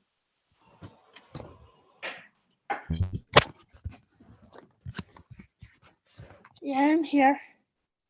Hey, Mary, do you think that you could talk a little bit about why we thought it was important to learn about food security and why we did what we did this summer? Sure, I can talk a little bit about it. We learned that it's getting, as you all know, it's getting harder to buy affordable, healthy food. And that's basically what food security is. And that a lot of times that people with low incomes are not treated with dignity either. So like when they go get food, they have to show proof of income and all that stuff. Wanted to kind of like overcome those barriers. So that's what we did with the community garden. Because with the community garden, we learned to work together to create our own food, kind of, and deal with like get healthy food in our own way. Thank you, Mary. You're Does welcome. anyone have any questions about like what it was, any questions for some of the people who were there, like planting their own garden? Are there any gardeners here? People know how to grow their own food? I do. Do you? What do you grow? Well, right now I just started a hydroponic garden, but I have a community garden. So I have a little plot in my community garden that I grow my own veggies at. And then I also work with the bigger community garden in my own community to help address the food security issues that are there in their agencies. And I also help with the Alex garden as well. And they help provide food to a lot of people in the city of Calgary. Awesome. Thank you, Mary. You're welcome. And yeah, me and Kevin did travel to Edmonton to meet you guys. You with the did. garden. You were a great help. Thank you so much, everyone. If you'd like some more information about our film, I've put it in the chat, but I think we're going to move on to the next part. And who is that, Vicki? Can you does anyone know? Amber is going to introduce our next guest. Thanks. Hi, everyone. My name is Amber. I am a member of the Staying Connected Network. I am also a member of the New Vision Advocates Group in London, Ontario, and more recently a member of Action Hall in Calgary as I moved here from Ontario a few months ago. It is my pleasure to introduce our next guests, Jessica, Brent and Sarah J., who are members of the Respecting Rights Group in Toronto, Ontario.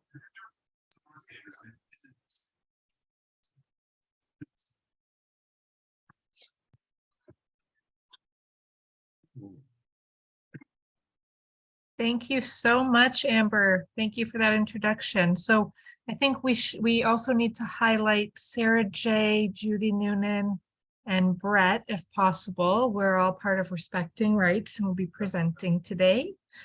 And I'm just going to share my screen once we get everybody spotlighted. Hi, Judy. Hi, Brett. Hi. Hi, Jessica. Hello, team. Hello, team. Hello, team. Well, yeah, I guess hello, team. Right. So I'm going to mute myself and let you take the lead. So take it away. Hey. Welcome to Respecting Rights for the Person with Disabilities today. Well, I wanted to say thank you for having us part of this to let you know a little bit about Arch and getting to know people, so you'll get to know what's about.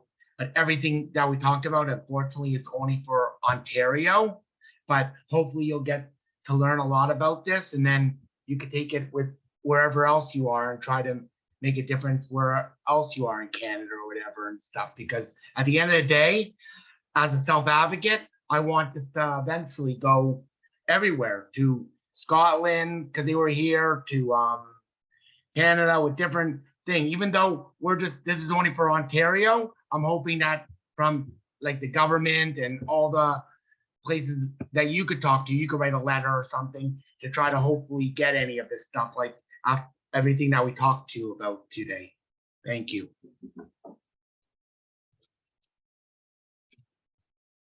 Okay, I guess I'll start because I was just talking and thing. My name's Brett.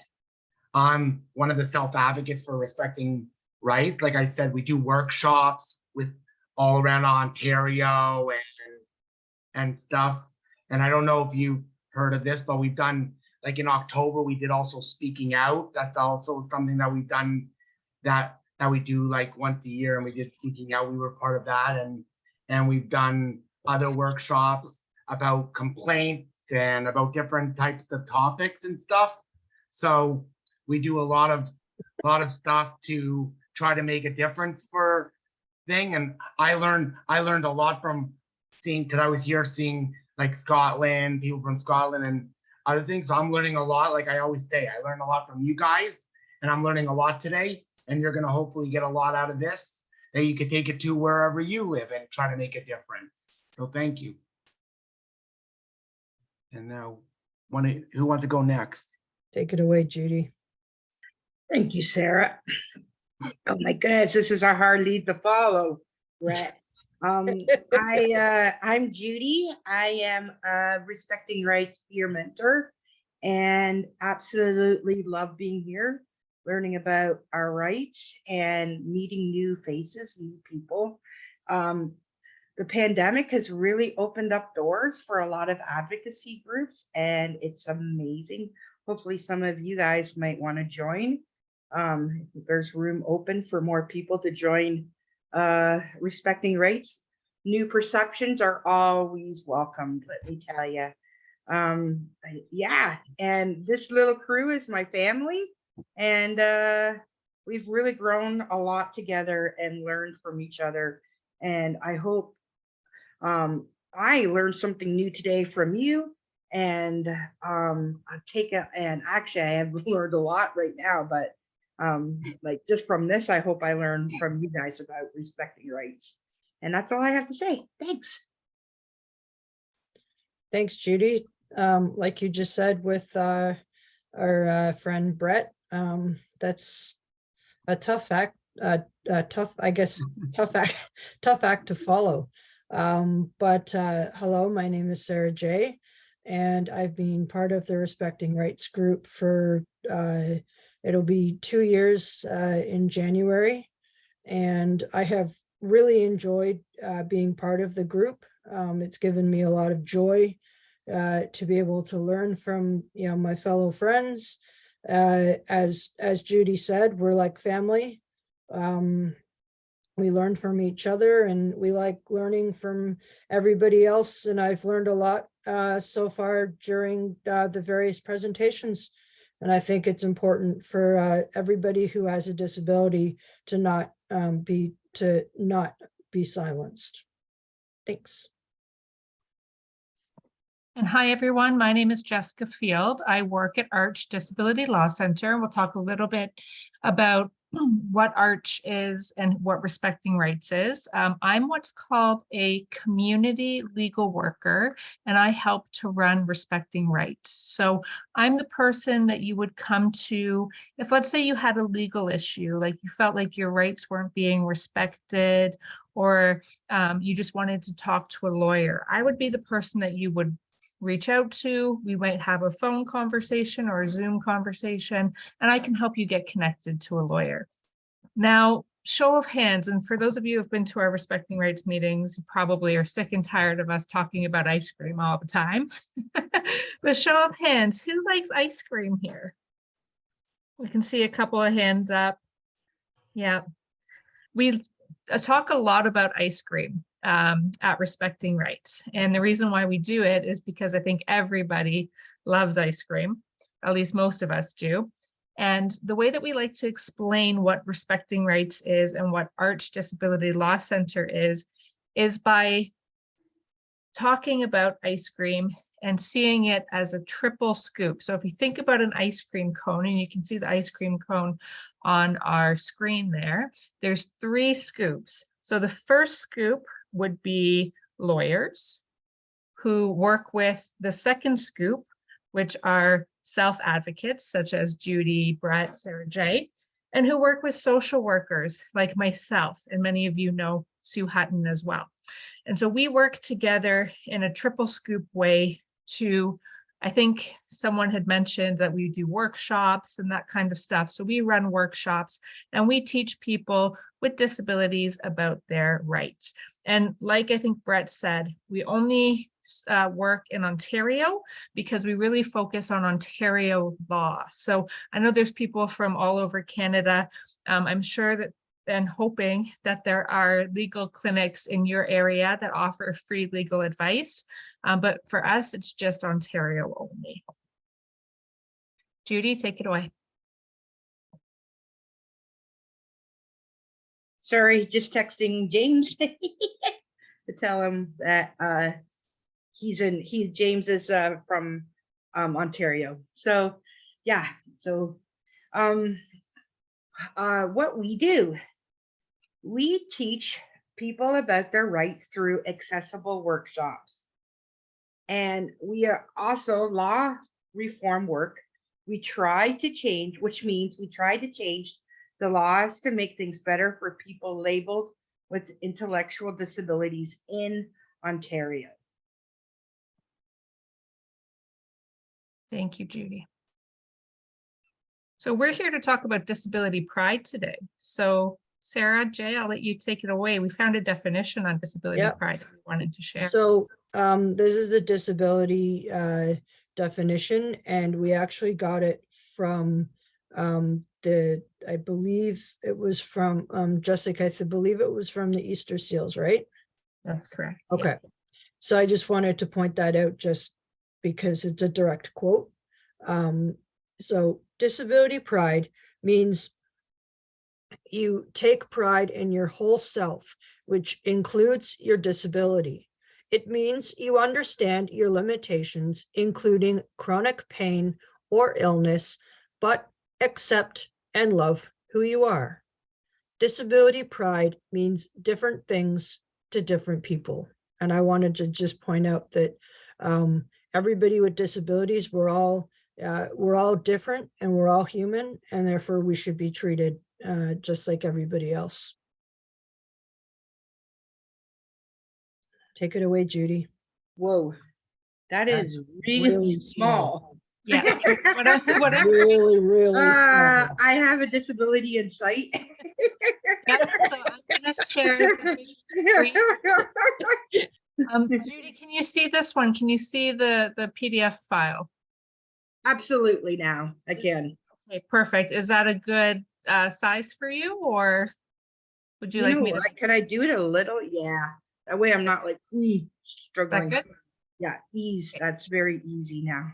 Okay, yeah, I don't know if you want to introduce your poem, but I know that you're very creative and you love like writing poems, and so I'm so happy you're able to share this. I don't know.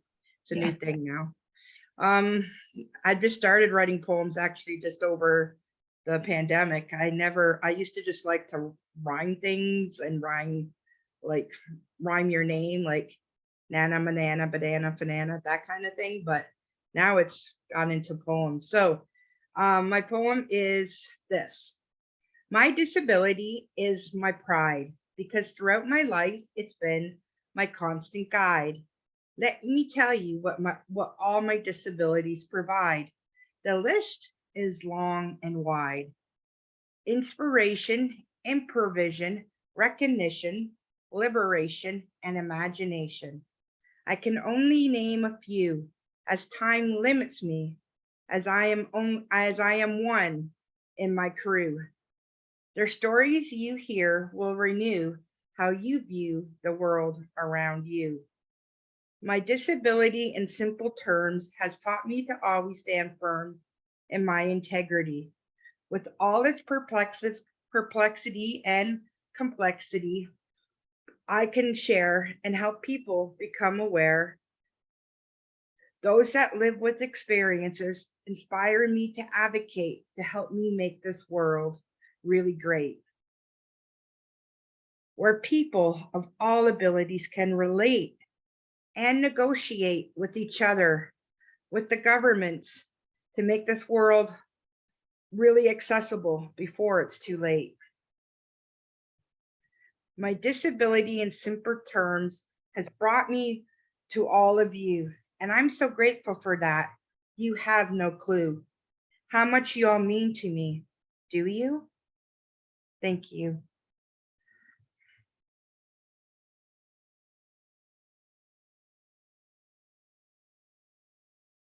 Do I read this too?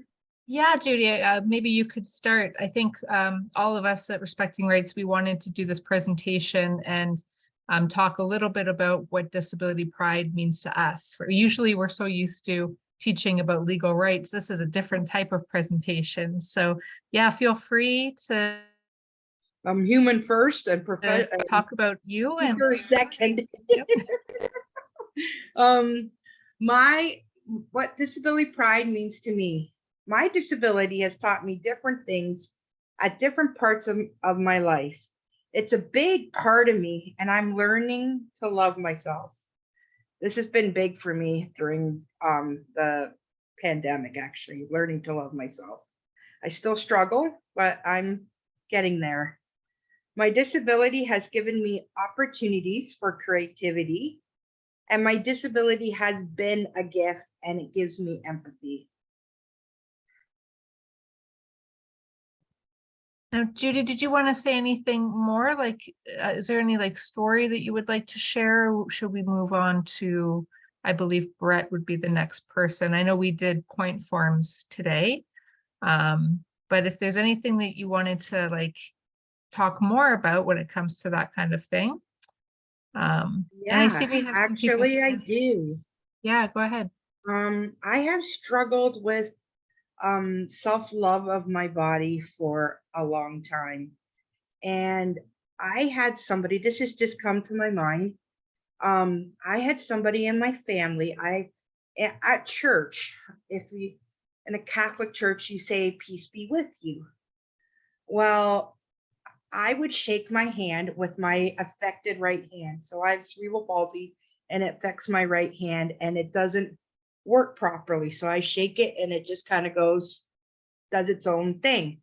Well, my sister, who was little, she was not used to that and did not want to shake my hand. And she said it was just weird. I don't want to shake it. So I went home and I told my stepmom about it. And we sat down and we had a conversation. So a lot of times it's differences that they're looking at, you know, it's not really, they're trying to process the difference and they're looking at that and not, they're just trying to understand that. So when you understand where my sister's coming from, then it really helps you have more respect and advocate in a kinder way, you know. It's like, if I was just to be mad at her and say that was really horrible, that would not go, you know. You be kind and you explain, and people eventually understand through stories and stuff. So yeah, that just came to my mind now, actually. Thank you for sharing. Yeah, sometimes we take those moments as learning opportunities, right, for others. And that's a great personal story. Thank you for sharing. I know sometimes it's really hard to share personal stories, but right on the spot, eh? I wasn't even thinking. So I was like, oh, I always put you on the spot, don't I? yeah, it's great. It's good for me. It's a good learning. You were awesome, Judy. Believe you me. And I'm not just saying that because we're friends and practically family, but just on a whole, you rocked it. Yeah. Okay, it's me. Brett? This is usually I don't talk about myself usually, but I like to talk but to me, disability pride means to me that I love myself, because if you don't love yourself, you can't love others and you can't help others. So you have to love yourself no matter what disability. We're all different. No matter if people say they don't have a disability, their disability is denial, because everybody has some kind of disability in some sort of way. It might be the teeniest little disability, but everybody has a disability no matter if they say they don't. Because I even came up with a song called Everybody Has a Disability that I came up, because it's true. Everybody, I believe, in the world, because if you put it together and change the words disability, it could actually be, because there's strengths and needs. So if you change needs and strengths around, that could be also a disability in a different term, because you always have to have strengths and needs to work on. Everybody in life does. So you always have to love yourself for others. And like, for example, like when I was young or whatever, my sister had things, and my whole family, but now they don't judge me anymore, but they used to judge me because they didn't think I would be capable of watching my nieces and nephew, because they were So my sister wanted to prove a point, even though I have a little disability. My disability is I have difficulty on spelling and reading and stuff. That's why everything I do comes from scratch. So when I do my workshops or whatever, these are just guidelines that I have here that they put on for me just so I know. But everything I say, I talk from my heart and from scratch. So it's all, whatever I talk to about today is all happening as we speak. Because I just come up with, I go by people and about whatever. So when my sister had thing, everybody judged me. So then she wanted to prove a point, because even though it's my spelling and thing, she wanted me to, so she had to kids or whatever. They met for the first time. She wanted me to come out and bring them out. So I brought them. They were scared because she said, go change a diaper. So I went to change a diaper, and they were at first didn't want me to change a diaper. They said, you're gonna hurt the kid's head, or you're gonna thing. But on my watch, they never got injured or anything. Cause and then I started slowly by just watching them, and my sister was there. And then I took them to the park, and she said, come back in an hour. So then I came back, and I'm good with time. I always come on. I'm always on here 10 minutes before anybody and stuff, just waiting and stuff. I'm always good with on time and skills and stuff. So technically, so then when she ended up then I could actually have them independently. I watch them independently, and stuff. She trusts me, and I look after them. And just recently, I did a meeting with Jessica and everybody, and Sarah and everything briefly, and then I had to leave early because I went to pick them up at their school because I'm on their actual list. I'm one of the emergency lists. And when my now they're getting older. One's 9, one's gonna be 14, and one's thing. But my sister actually put, if God forbid, like usually you have somebody, if something happened, God forbid, I was actually gonna be thing, but she knew that I had housing. She knew I had actual housing. So she knew that she didn't want my housing to be affected by ODSP or all the stuff. So she had somebody else that they would live with, that was a friend that they would live with. But I would be able to go whenever I want to make my own and be the one that makes the final decision, because she just was protecting my money and all my stuff. So I was protected, but then I would also be the leader and stuff and everything and things. So I thought to let you know about that. And also I work now at a daycare that is with people with also little disabilities. They have disabilities also, and they look for somebody they actually look for somebody that has disabilities and stuff that feels this thing. And I now work there like Monday to Thursday and the kids love me. Everybody, I've been getting good feedback and things. They love me. And now they want me to sing because they don't know all the music, and I'm starting to sing, and they say they want me to now sing some songs because they keep me in charge because I'm stuff. So I just thought to let you know. So that's about me. I could be here for hours and tell you other stories, but we only have 45 minutes, and I don't think we want to be here till midnight. So now I'll send it to Sarah J. So before we go to Sarah J, I just wanted to make a comment. I love you, Brett. How Hey everyone, sorry I'm late. I was baking Christmas cookies earlier. Come on, that's great. Yeah. So well, I'm sure a Christmas cookie with everyone, but I don't think y'all will be able to eat it over Zoom. And I crushed these ones, so I think I might put them on my ice cream. We were just talking about ice cream, so that's just going to say ice cream. Yeah.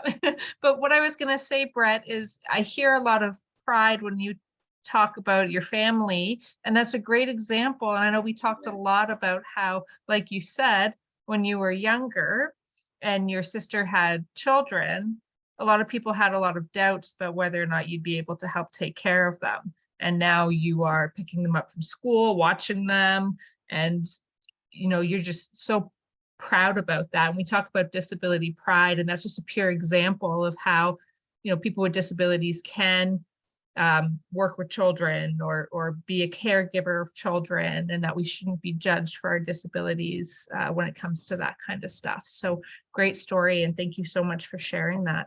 No problem. Go ahead, Sarah J. All right.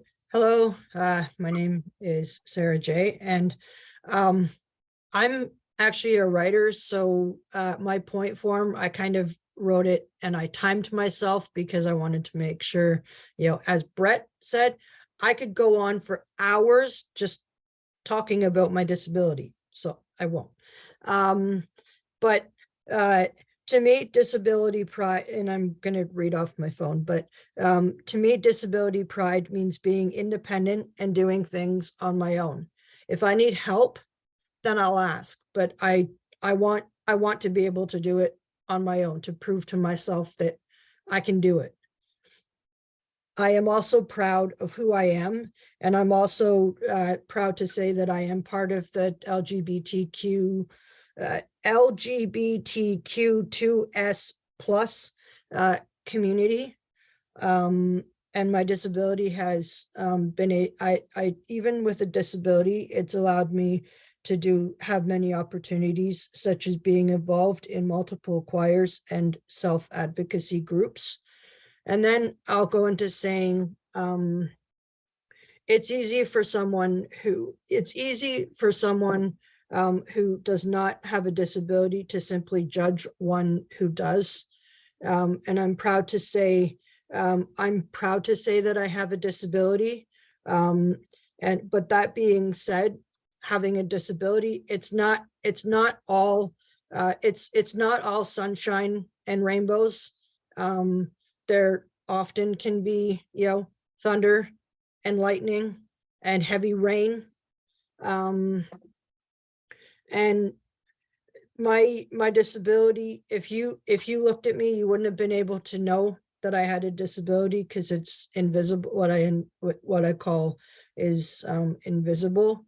And as an example of for choir, for one of my choirs, it's singing out, and with my disability, my very first choir concert, it was live in front of maybe 300, 400 people. And I was really, really nervous. And with my disability, my anxiety was through the roof. And I didn't think I was there. There was 2 performances.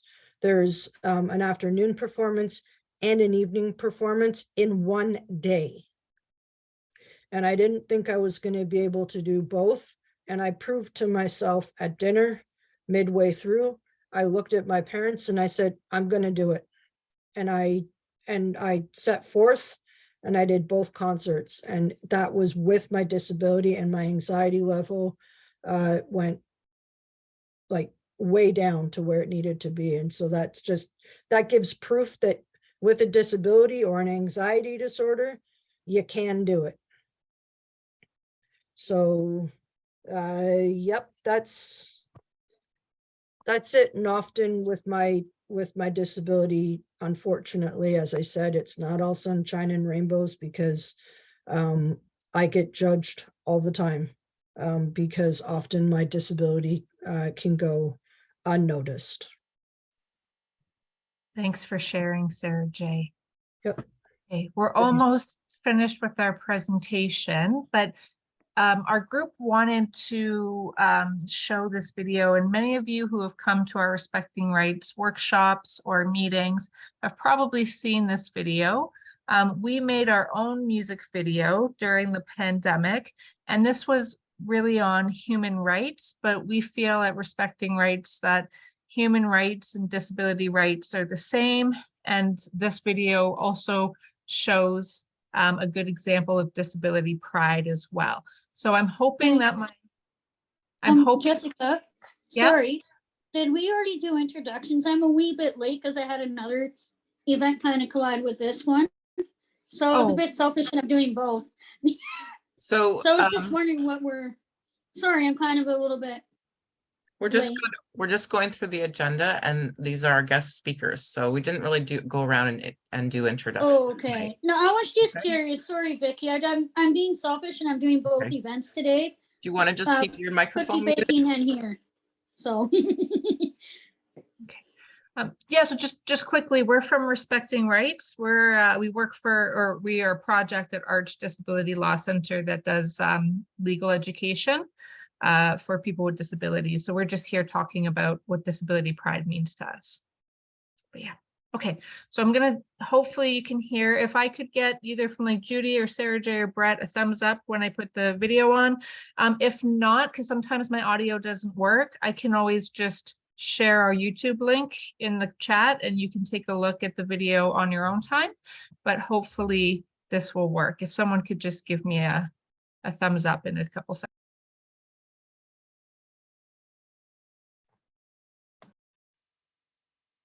Time for change. Respecting Rights self-advocates share what human rights means to them. Respecting Rights is a project at Arch Disability Law Center, led by persons with disabilities. I'm a dreamer, and it's more powerful if we dream together. And when we dream together, we can make change together. It's time for change. We want to be treated equally. And according to the law, we're supposed to be treated equally. At Respecting Rights, self-advocates work with lawyers at Arch Disability Law Center. We learn about what the law says about our rights. There's an international law made with people with disability. It's called the Convention on the Rights of People with Disability. We call it the Convention. There's also Canadian human rights law. The convention says people with disabilities are equal under the law. The convention says persons with disabilities should have the same opportunities as everyone else. Under the law, we have the right to accessible information. This means communication is in ways that we can understand. I can do things for myself, and if I need help, I will ask. Don't judge me, get to know me. Everyone. Everyone has the right for respect. Everyone. Everyone. Everyone. Everyone has the right to be treated with dignity. Everybody needs to be treated fairly, kindly, and treated all with respect and kindness. Making choices about what's important to me helps me be more independent and in charge of my life. People with disabilities can accomplish anything they want to. All we need is your support. Help us accomplish what we want in our lives. Everyone. Everyone. Everyone. Everyone has the right to participate in society. We are all different. Everyone makes mistakes. Nobody's perfect. My disability does not define who I am. I deserve to feel that my voice is being heard and that I am not being discriminated against. I have the right to communicate. Hi, I use a power wheelchair. See beyond my chair and see the person that I am. Don't try and fix me. I am not broken. Treat me with fairness, respect, equality, and allow me my dignity and independence. Don't talk to me like a baby. Everyone. Everyone. Everyone. Everyone needs to be seen, to be listened to be acknowledged, to be celebrated, to be treated with dignity. My sexuality is really important to me. I have the right to choose to be in a relationship of my choosing. Whether we are gay, lesbian, trans, they want us to accept us and support us. Everyone. Everyone. Everyone. Everyone has a strong and powerful voice somewhere. People just need a chance to be heard.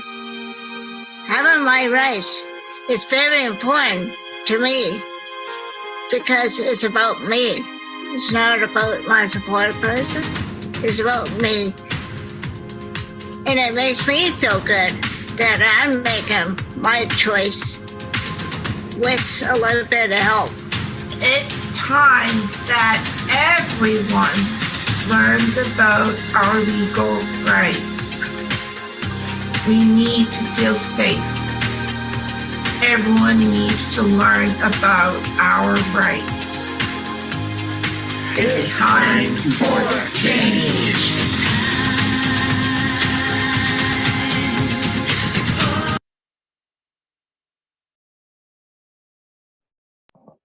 Okay. Hard to believe that because this was 23 of self-advocates in this video. And we did this in it took us like a couple months to do this, but it actually happened on Zoom. All 23 across Ontario did this on Zoom. So it was a lot of difficulty, but we ended up doing it. I just wanted to let you all know that how we did this. It was amazing. And I think we have some people here too who are part of that, right? Like I've seen some familiar faces from different self-advocacy groups. Jessica, I didn't want I didn't want us to forget, but not to put you on the spot, but actually I am putting you on the spot. But with you being in your job position, would you feel comfortable talking a little bit about your disability? Sure, yeah, no problem. We can do it really quickly. I know we're kind of mindful of the time, but I know that you know, Judy, Brett, and Sarah J, when we were preparing for this presentation, that we talked a little bit about employment and having a disability and finding meaningful jobs and that kind of stuff. And I've been very open about myself. So I actually have a physical disability myself. I have cerebral palsy. And, you know, that's why when we talk about disability rights and experiences, I use the term we, because I can relate to having a disability myself. And so I've gone through, I guess, the same kind of feelings, the same, you know, barriers, that kind of stuff as everybody else. And I have, I think, a good understanding of, you know, what we go through as people with disabilities. So yes, I know this presentation is about Sarah J, Brett, and Judy, but I appreciate that you feel comfortable enough or wanted me to be a part of that discussion, because I do have a lot of disability pride myself. So thank you. There's a couple of questions, and I know we're going over our time a bit, but yeah, we're done pretty much. Our friends in Australia have a couple questions for you guys. If I think QDN has their hand up. Do you want to take one question and then we'll just kind of go to our stretch break? Sure, yeah. I'm actually gonna say awesome, well done. Thank you. Thank you. What's the question? Thank you. Do you have a question? Because I know we're almost done for time and we probably want to go for a break, but if there is one question, we're happy to answer it. I just want, you know, I just want to say how actually how magnificent that was. That really meant a lot to all of us in Queensland, Australia. So thank you for that. I have a do you remember they haven't called your name yet? Yeah, this is Lloyd here from Calgary, Alberta, Disability Actioner. I said we stand together and work together around the world, make disability more stronger. That's what I said. Yeah. So Yeah, thank you very much. I agree with Lloyd and everyone. I agree with the video. I love the video, absolutely love it. It was wonderful. But I do agree with Lloyd and everyone that, you know, there needs to be more people out there that treat disability people with respect. I live with a roommate that is very rare to come by, if I may use the expression. She treats me like a human and not a number. And that's what I like about her. So she's a rare gem to come by. So if everyone has good roommates, don't take them for granted.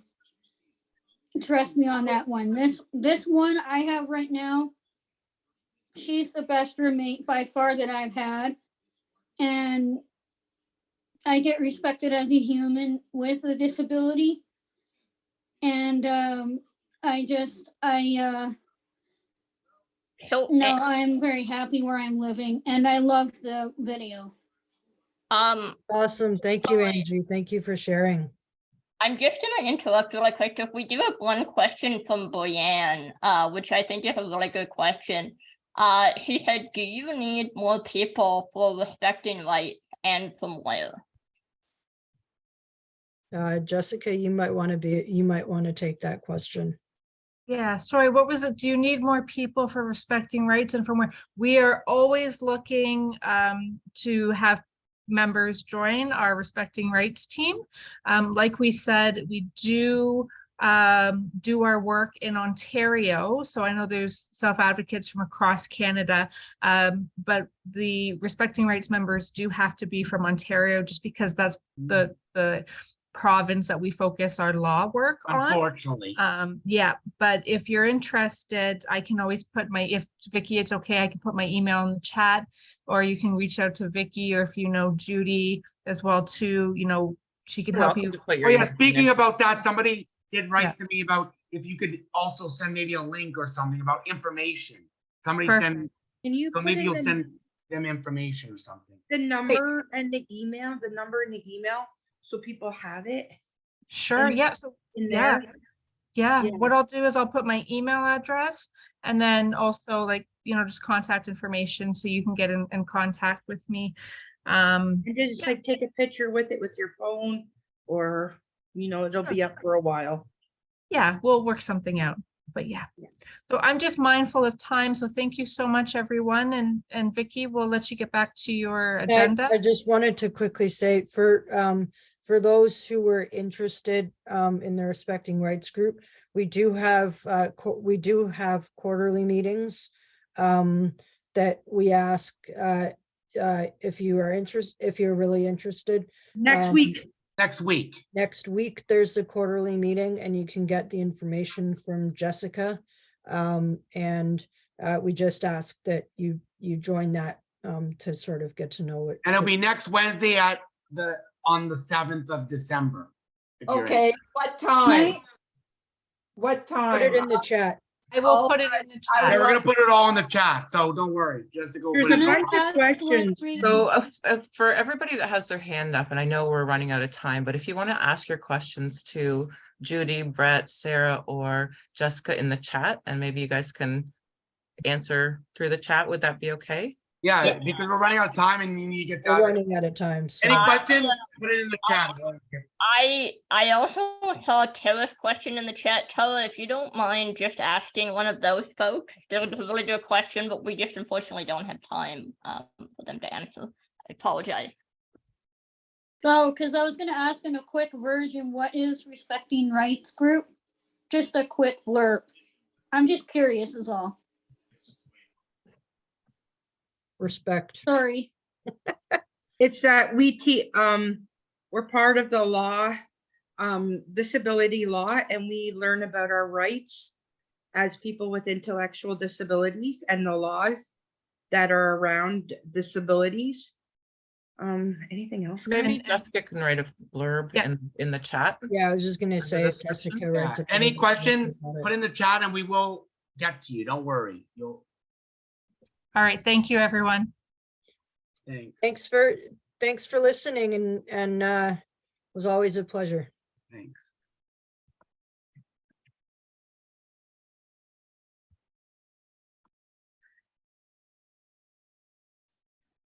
So I'm not sure who we're turning it to now, Vicky.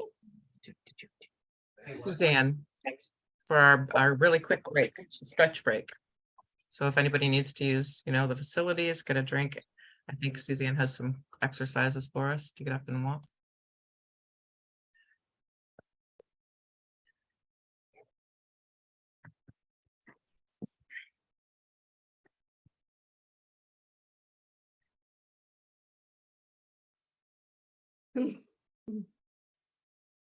Suzanne, we can't hear you. I'm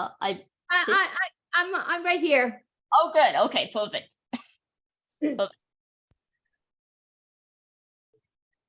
Can everybody see Suzanne? Is she spotlighted?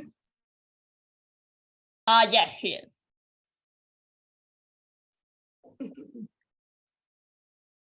Welcome everyone for the 2-minute stretch break. My name is Suzanne Thomas. We are going to start wiggling our fingers for 5. 1. So we're gonna go 5, 4, 3, 2, 1. Now we are going to roll our head from side to side for 5. That's 1, 2, 3, 4, 5. And now we're going to roll and now gently begin to shrug your shoulders up and down for 5. Used to say, I don't know. I don't know.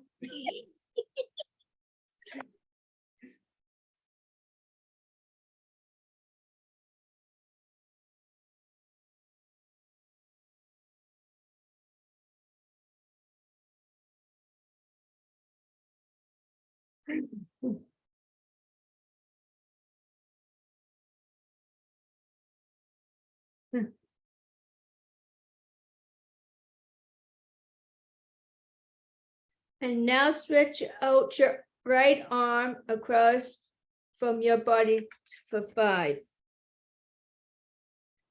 1, 2, 3, 4, 5. Now stretch out your left arm across the other side of your body for 5. 1, 2, 3, 4, 5. And now give yourself or someone you love a big hug for 5. 1, 2, 3, 4, 5. Oh boy. Thank you for joining me in this stretch break. You can also use the rest of the break to get a cup of tea or freshen up. We will return in around 3 minutes.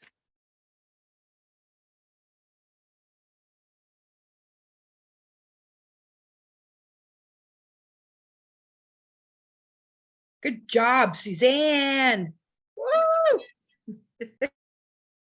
So we're running over a little bit of time, so I don't know if Brienne wants to introduce the council now.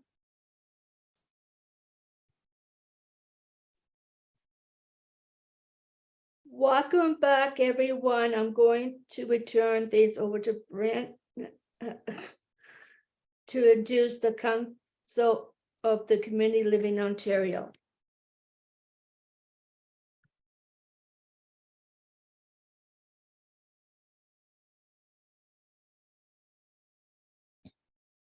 Hi, yes, my name is Brienne, and I would like to introduce the Council of Community Living Ontario to do their presentation.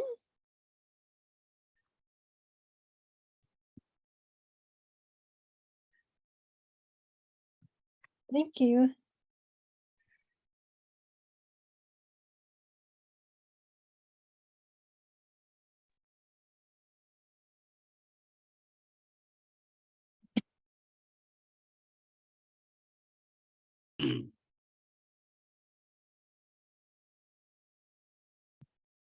Deidre, we are waiting for you. Okay, sorry, I didn't know because you didn't tell me when to start. Okay, I just need council, hold on a minute. I have to spotlight everybody, so I need at least 5 minutes. Brianne is introducing us, so I've got to have at least 5 minutes to get everybody spotlighted. So Brianne, you may have to throw in some talking there to kind of. You want me to help with that, Robert? Yeah, if you wouldn't mind, Vicky. Yeah. So you just pin to the first screen. Is that what I do? You should have the option when you click on our names, spotlight. Okay, and then my spotlight. Spotlight, and then just go add spotlight, add spotlight, add spotlight, add spotlight. Okay, gotcha. Yeah, you essentially just add to spotlight. Okay, so I had to find everybody. Okay, so the council will do their presentation and they hope you enjoy it. I guess this is a good time if you have to get up and make a cup of tea, or we will get back on track as quickly as we can. We appreciate everybody's patience. What else do we have on here? Sorry, if you guys see me looking away from my camera, it's because my cat's being a little butthead. So Is his butt in your head? Like No. it's no, turned no, around? Well, No, I was wondering if his butt was on his head. I thought maybe he had some kind of surgery, like. no, she's a tuxedo cat, but she likes to be very mysterious and get into stuff. So, I think the word would be mischievous. and she's going to see her uncle now because she just jumped off the bookshelf. She's going to say she's hi to staring at Uncle me from Nico. the hall. We not like. Can we just? Who else do we need on here, Robert? I'm working on it. He's slowly doing it. I'm working on it. Yep, but I'm gonna help. So I just Yeah, need yeah. to know who. Okay, I need Badar. Oh, Badar. Teresa, Stella. But Robert and I had a lot of fun with your video, by the way. You need Julianne pinned. Farah. I'd have Julianne. Did you get me? I don't have. Yeah, I got you, Amber. Okay. And then I have not seen Nicole come in. Nicole's not going to be on tonight, remember? Okay, so then we just have to figure. Stella? I'm here. Well, we have Nicole's video that somebody did the editing. We're not Yeah, using it tonight, though. We're not using it. I'm just trying to figure out. No, You've got Judy, you've got me, Julianne, Badar, Amber. You need Teresa. What about Stella, guys? Oh, there she is. Just put her in. Now I'm going for Okay, Teresa. Stella. Deidre Yeah, Deidre needs to be there. and Jem's Farah. not in. We don't have Jem, so Deidre's doing Jem's part. Okay. Do we have Farah here? She was. And hello, Wayne. Nice to see you or hear you. If you're on camera or not, don't know. Yeah, he's on camera. He's That here. should be everybody that's speaking, I believe. I'm here. Oh, hello, Farah. Farah, here, Vera. Okay, Oh, hang on. now I I'll can grab. see you, Wayne. I'm waving at you. I'll grab Farah. Hang on. Did I not get her? Yeah, I'll grab her. I got her. You could, if it fits better Oh, on yeah. the screen, sorry, Badar, you could take Badar off and put Farah on. Yeah, because there's only so many Badar's not spotlights. actually- Yeah, I Yeah, think the Badar spotlight is not thing. speaking in this. She's support. So put There you Farah go. on. I just put Farah in. There we go. Sorry, Badar. Okay, I think we have We everybody. love Badar, let me tell you. And you've pinned yourself. Good boy. Thank you, Nico. All right, now I'll just switch back to speaker. There we go. And me too. Oh, yeah, right, there's Hudson. There's only so many we can. How fit could we here. forget Hudson? There's so many. Yeah, we we can fit, forgot though. about Hudson. I could go off on So there. why don't we spotlight Hudson when he's speaking? Yeah, I can do that. I'll pop off, spotlight him, and then yeah. That's Perfect. Yeah, so replace yourself with him. Yeah. Okay, hang on, Hudson, I'll replace you. Give me a second. Is Judy going to be on? Yes. Yeah, Judy's on my screen right above you. I gotta Yeah, replace Judy, I Sally. just wanted to say Can everybody mute until, so when the speaker, the one person who is speaking, everybody can hear? Okay, I was And just you saying guys- to Judy that I saw her cat a while ago. It looks so cute. She was being like a total stuff. are you guys Is ready it to get started? Yeah, we're set. Okay, perfect.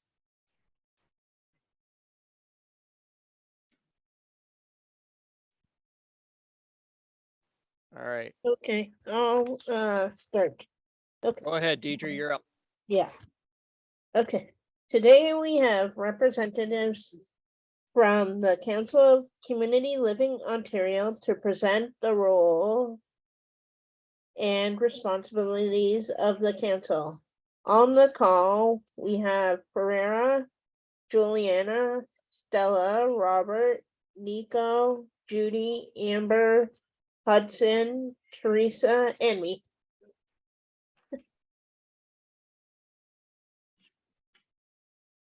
All right, Hudson, you're next.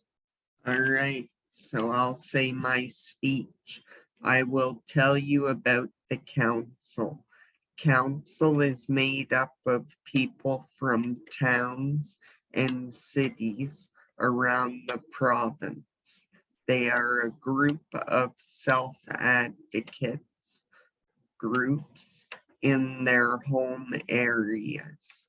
Council members learn new skills, advocate for change, and believe strongly in the benefit of working as a team. People who are on the council have lived experience. Therefore, the Council for Community Living Ontario, CLO, represents a strong voice so that the voice of all people is heard, inclusive and accessible to all forms of communication. Council speaks up representing all self-advocates in the province.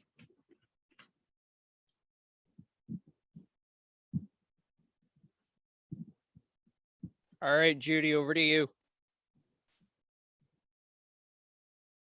Thank you, Robert, and good job, Hudson. I will explain the purpose of the council. The purpose of the council is to come to an agreement about priority topics that affect lives. Council members, just one second. Council members may not always agree, but they will work together to improve the lives of the people who live with an intellectual disability. The council advocates for people who sometimes may not be seen and heard as self-advocates. This may because of the difference in their ways of communications, whether that be through body language, using a few words, written gestures, or using sign language. So here comes the role of the council, who understands their way of communication and brings forward their concerns as well. Thank you.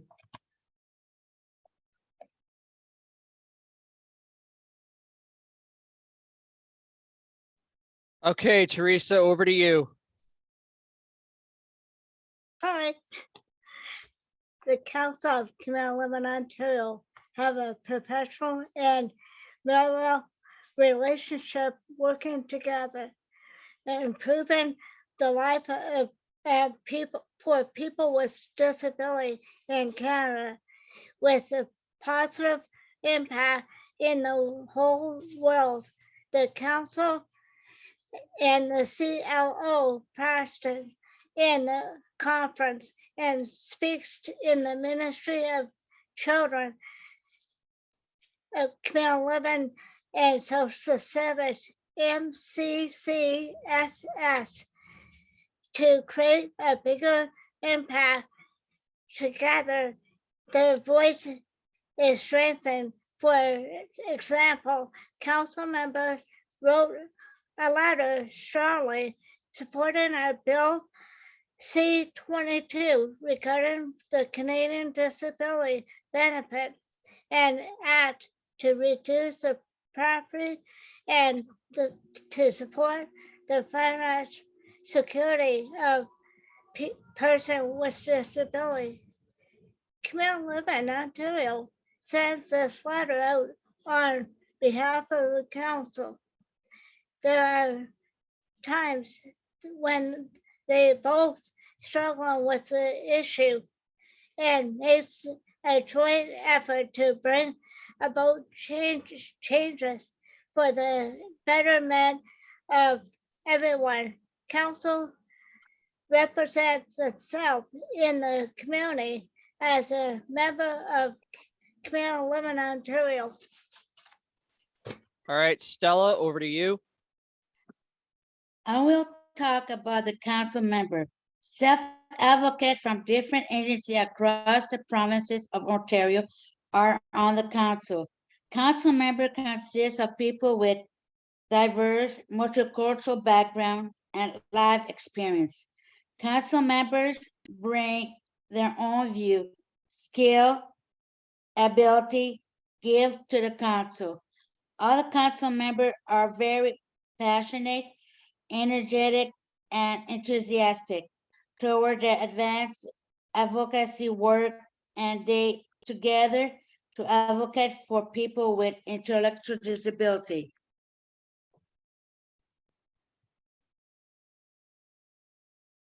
All right, Amber, you're up. All right. Sorry, I'm looking at my iPad at the same time. So I will talk about the election process to be on the council. There's election process to go through to get on the council. Each person who represents a Community Living Ontario agency sends in a nomination video. The video is like a resume telling the kind of person they are and why they would be a benefit to the council. Each term is for 2 years, and then the person has to run for a position again. 3 self-advocates from each CLO agency pre-register to vote for the people they want to have as their representatives on the council. All right, Nico, you're up. Greetings, everybody. I'll be reading off from my tablet here.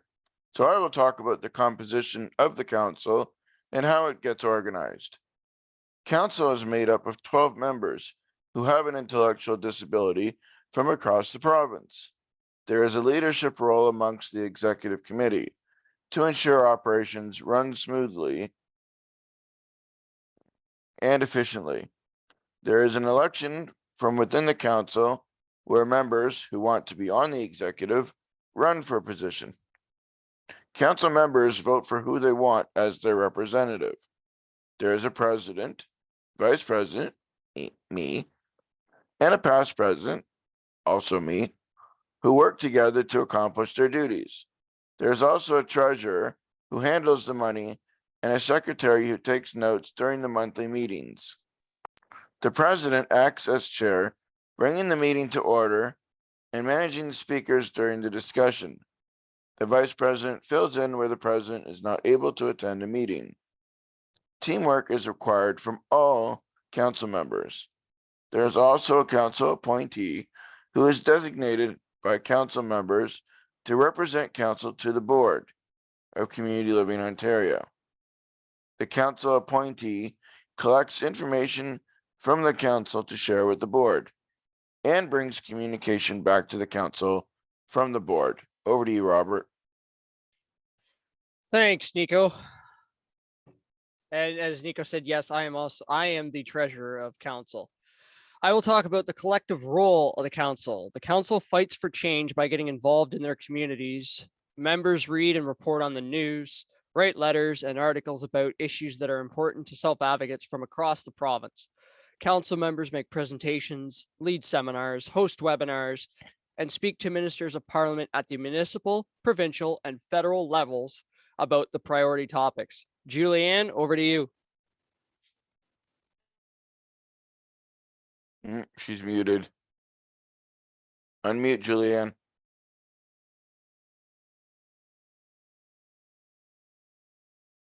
Sorry about that. There you go. I will talk about the importance of having a council for self-advocates. Council is a collective voice. This increases the power. A single voice has little strength, but together, collectively, a voice is louder and carries more power. We think about ourselves as mosquitoes, swarming together, building strength in our efforts to make a difference and create change. Okay, I'm next. I will share some achievements of the council. Council has spoken to ministers at various levels, hosted webinars, participated in a variety of conferences, presenting about important issues. Most recently, council spoke against the placement of people who have an intellectual disability in long-term care institutions, and especially increasing awareness about how wrong it is to place people in long-term care institutions when they are still quite young. Council educates self-advocates and the public about the rights of freedom, power, and prosperity of people who have an intellectual disability. Council has been actively engaged in keeping the conversation about issues faced by people who have a disability running forward. All right, Fair, over to you. Take your time. Don't rush. Just take your time, okay? Okay. Thank you, Robert. Voilà, okay.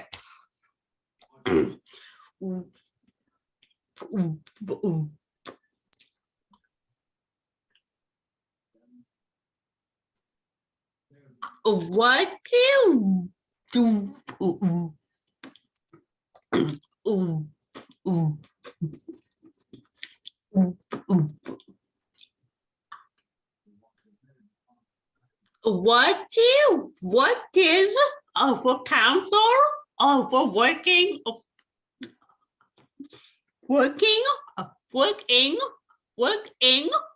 for on or now?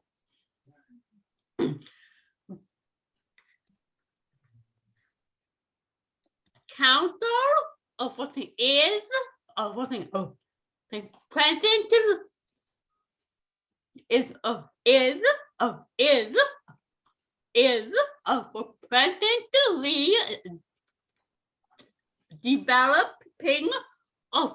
developing of position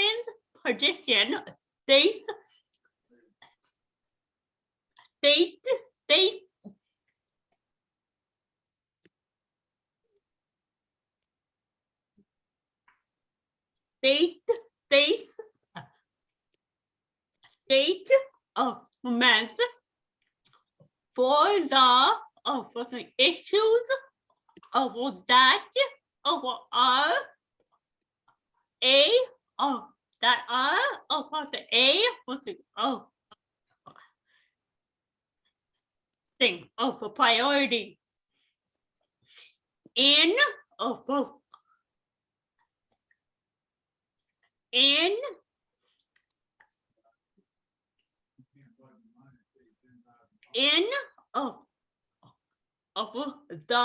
lives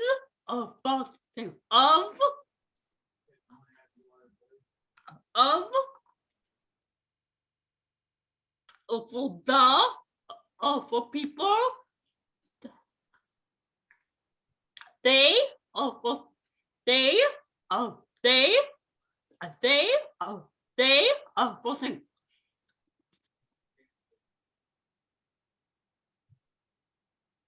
Represent. Council has a something.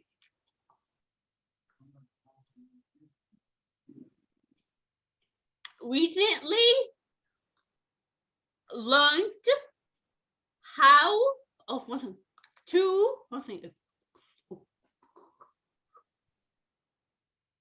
create a breathing nose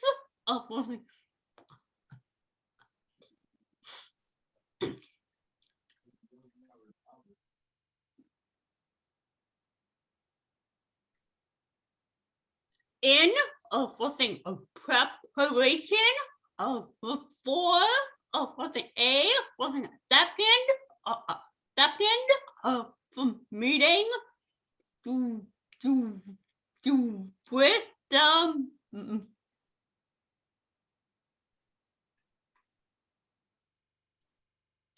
a minister of children of community and of social services. Council of something is of something also of something engaging with the something Ministry of Children of community and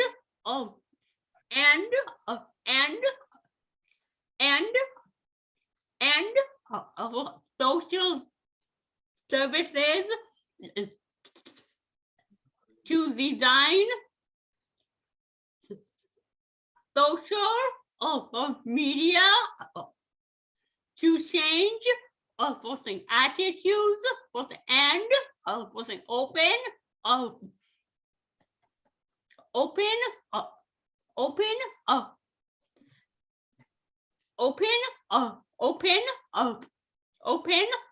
conversations about the lives of people who have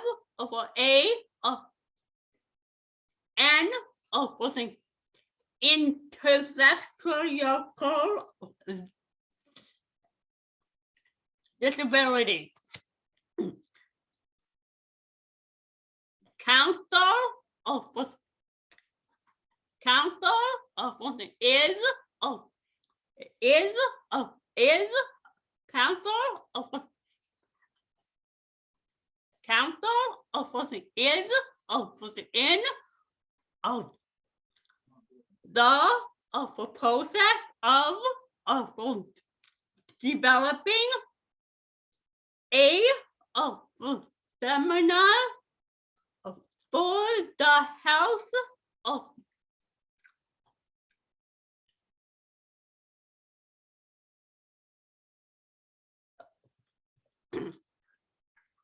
for the health and well-being conference to be held virtually in February of 2023. Council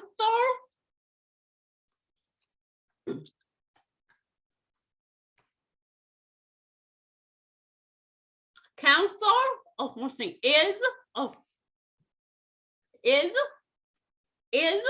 something all something ready making plans for their wasn't active participation wasn't in in the movement towards change of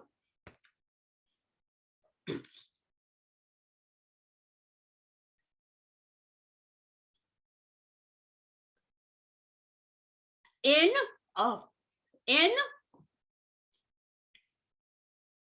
in 2023.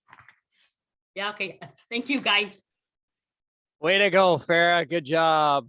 Julianne, over to you.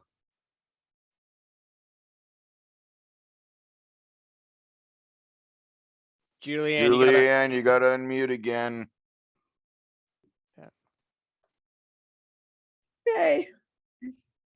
Thank you for inviting the Council of Community Living Ontario to speak at the Staying Connected Network celebration of International Day of Persons with Disabilities. We would like to open the discussion to people on the call. If anyone has any questions or comments they would like to share, please raise your virtual hand. Now, Amber, you wanted to add something to that. I'll hand that to you while I look for hands. I just wanted to add, Nico will know where I'm going with this, but when the other group was doing their thing about disabilities, there is one thing that Nico and I have said to a lot of people. Nico and I are also part of a self-advocacy group through our community living Durham North. We have a video that they play, but it's one part of the video that I like where it says, even though you have a disability, there's nothing wrong with you. So even if you have a disability and people don't understand, just because you have a disability, there's nothing wrong with you. And just because people say that, oh, this person has a disability, there's something wrong with them, there's nothing wrong with you. Everybody has a disability. I have, I don't want to say mental, but I have an intellectual disability, and I also have really bad anxiety. So I get nervous when like presentations like this, I get nervous, and especially I get nervous around people I don't know.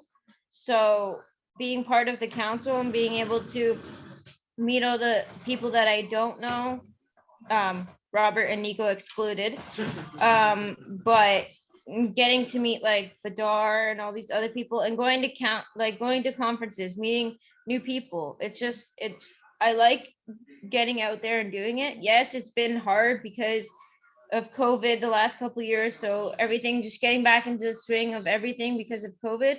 I just feel like you guys need that thing of like, just because you have a disability, always keep that in your mind. I don't know if there's anything Nico wants to add, but I'm just saying that because I think you guys should just keep that in your head. Just because like I've had people make fun of me before because I have a disability, and sometimes I talk weird, or if I'm talking to my cat and they hear me, they're like, oh, you sound like you're 4 years old. And it's just, I guess it's because of my disability and how it affects the way I talk and how some people talk. So that's all I wanted to say. I don't know if Nico has anything that he wants to add.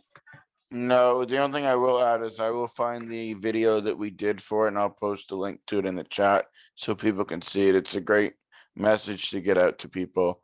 So we have time for a few questions, either through the chat, or if you do have a question, you raise your virtual hand. Yeah. If you got questions, raise your virtual hand. I'm watching for hands and Mike is watching for the chat. And all of us can answer the questions. Even if there's a question we can't answer, I'm pretty sure Badar can answer it. If you have questions that we can't answer, We or if will we're having find a the hard answer time, to it. Badar can. Sorry, Amber. We will find the answer to it. Yeah, I didn't mean to mute you, Amber. I apologize. Yeah, so okay, Hudson. Let me pop one of us out and pop you in a spotlight. Give me a second. Okay.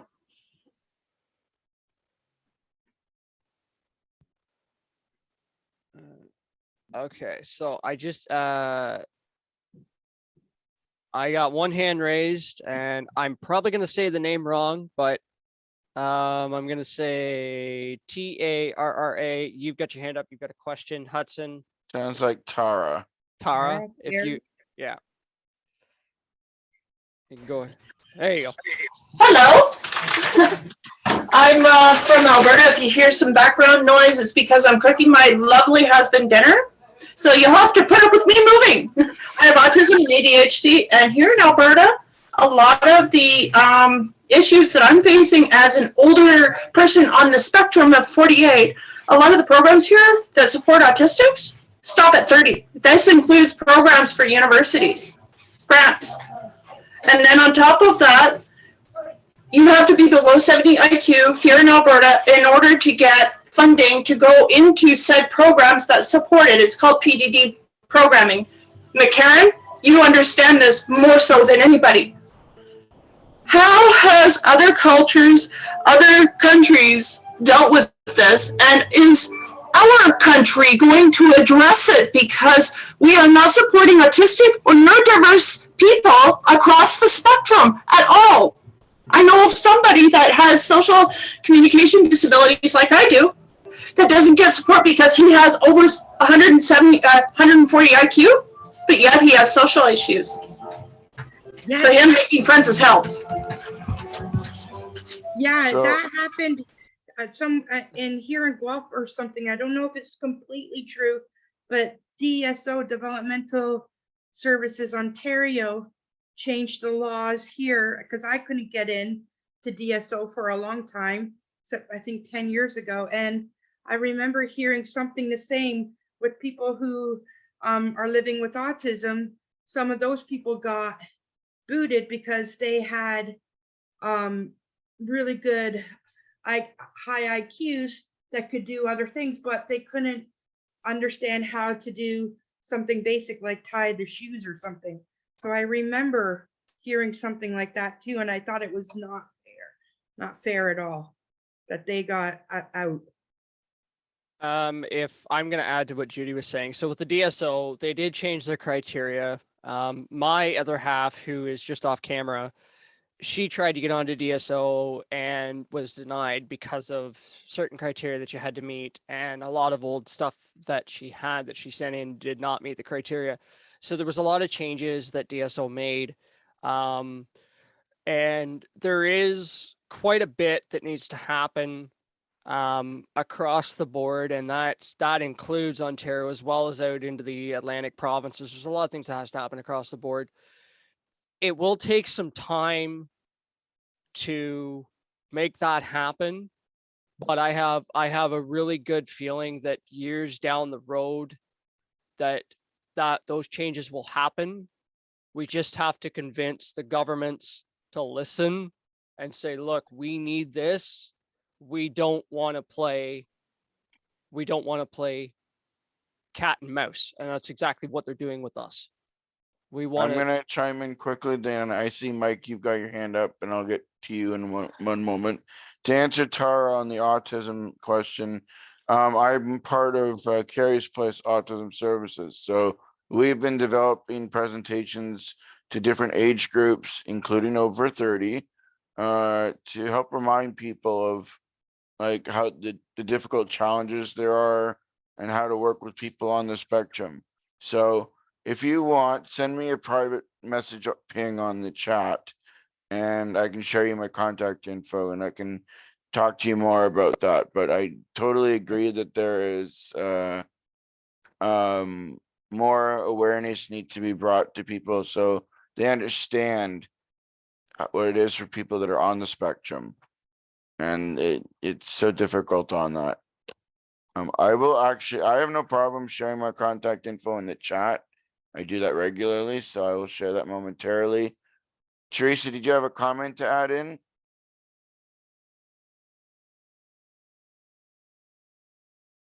What? Teresa? Yeah. My thing is, as I've seen in the chat, you were saying something about they're looking at the disability.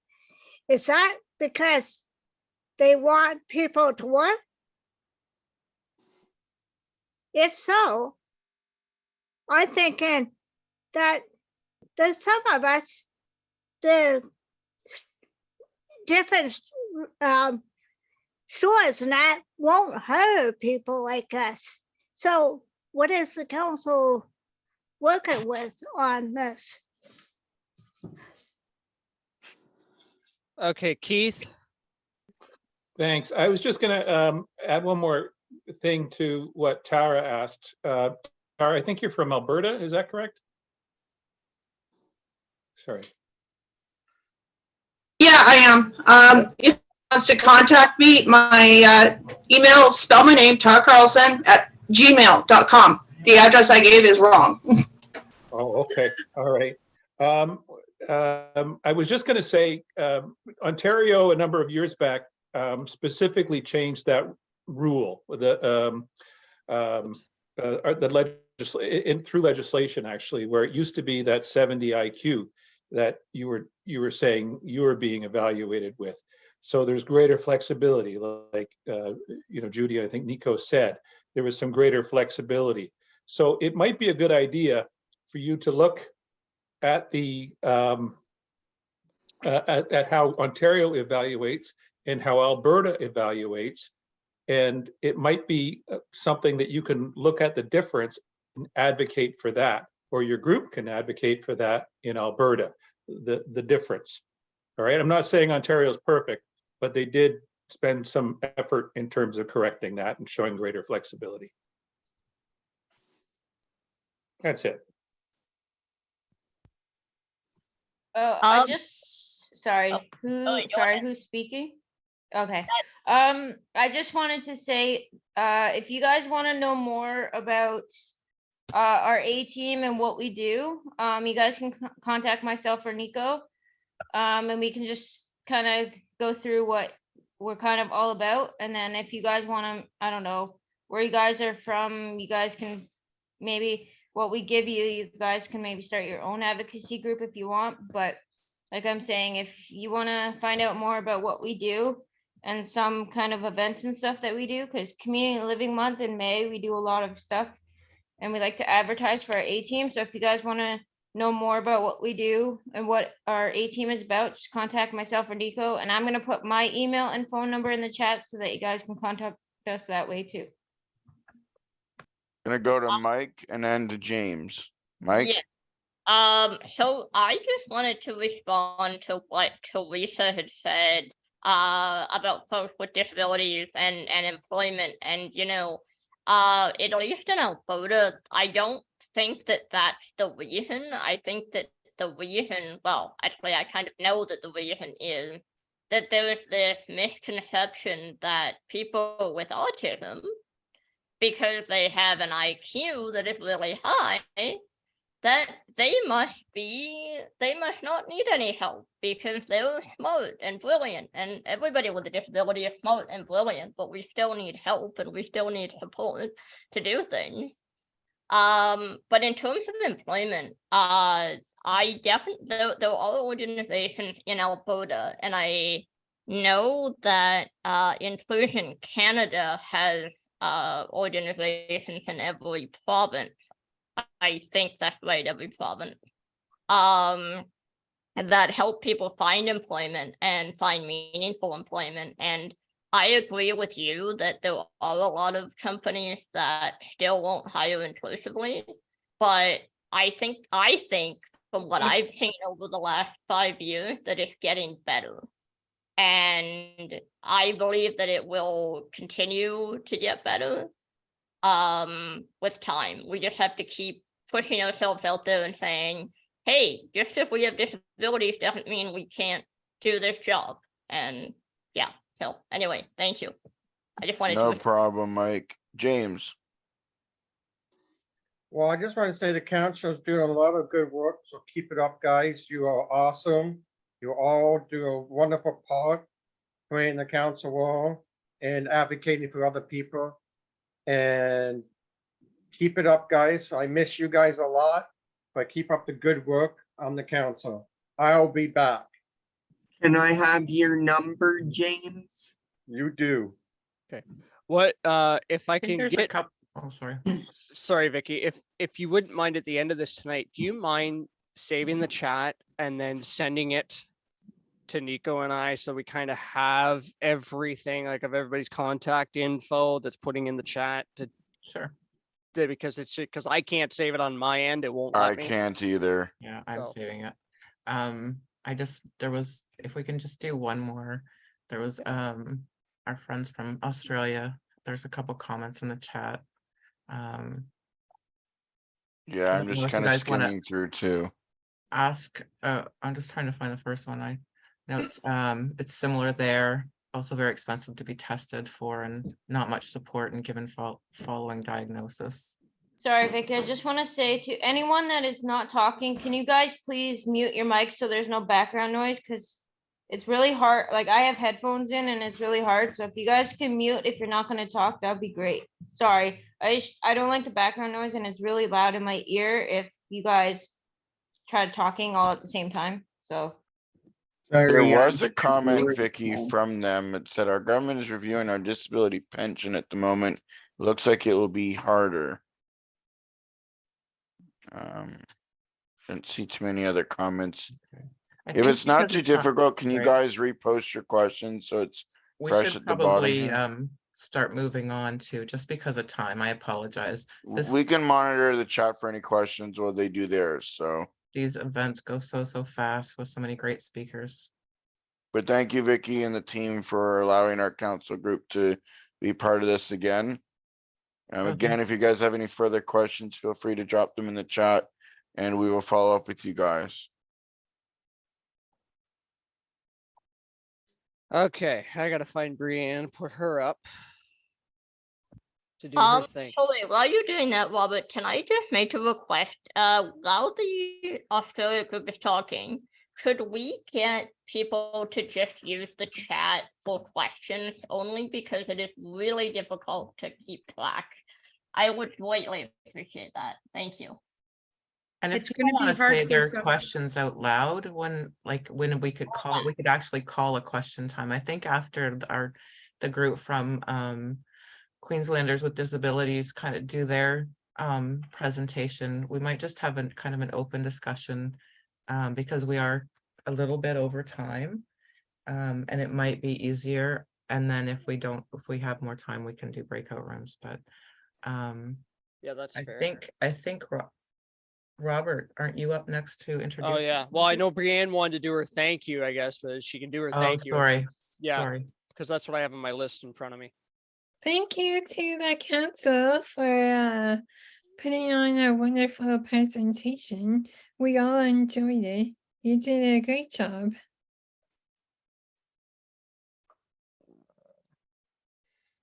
Okay. All right. And then Brienne, you can hand it over to me, I guess. Okay, and turn it to Robert. All right. I'm just gonna remove you so I can add Queens here. Bear with me, everybody. I just gotta add everybody here. Okay. Danielle, if you can hear me, could you turn your video on so I can, because in order to do the spotlight, please? Because it just doesn't let me do the spotlight if the video is off, unfortunately. I'm not sure if they're using two computers in one room or not. That's what I'm. And then Robert's on, Robert Ellis, he's part of QDN as well. Yeah, Robert, we don't need my video on. Okay. I'm off video. We can see all the faces that you need to see. I'm just going to do a slight, just let me know if this is better. I just want you to be able to see everybody in the room as well as you can. Is that better? Who else is on camera but that's sort of off camera? Oh, Donna, we can't see you. Okay. Okay. Hang Well, it's okay. So everybody that's sitting at the table, that's everybody. Pretty much. Rob's there. He's on screen. In his Yeah, beautiful- I got him spotlighted. Yeah. And Tim Olmerod is online as well. He's also from Hot Topics. Can you see me Okay, there? hang on. I'm getting to him. Give me a minute. Okay, I got him there. Okay, is that everybody? Hancock wants to see all of us. I think so. We Okay. just put included and on camera. Robert, if you want me to get off and leave a space, I can. No, Like, it's good. It's Okay. good. It's good. It's good. It's just the spotlighting that I'm doing. That's all. Okay. All right. So now I'm going to say my spiel. Hi, everyone. My name is Robert. I'm a member of the Staying Connected Network. I am also a member of the Council of Community Living Ontario. It is my pleasure to introduce our next guest from Queenslanders with Disabilities Network and Hot Topics groups all the way from Australia. Please join me in welcoming the members of the Hot Topics groups from the Queenslanders with Disabilities Network, Queensland, and Gold Coast, Australia. Thanks, Robert. That's we're Hot Topics, so we're from QDN, that's Queenslanders with Disability Network. And in the office here, we're sitting in Brisbane, where we also have Rob and Tim, who are also members of Hot Topics, and Rob is down the sunny Gold Coast. And Tim is coming from his home in Brisbane as well. We thank you so much for having us today. We're really excited to be here. We just thought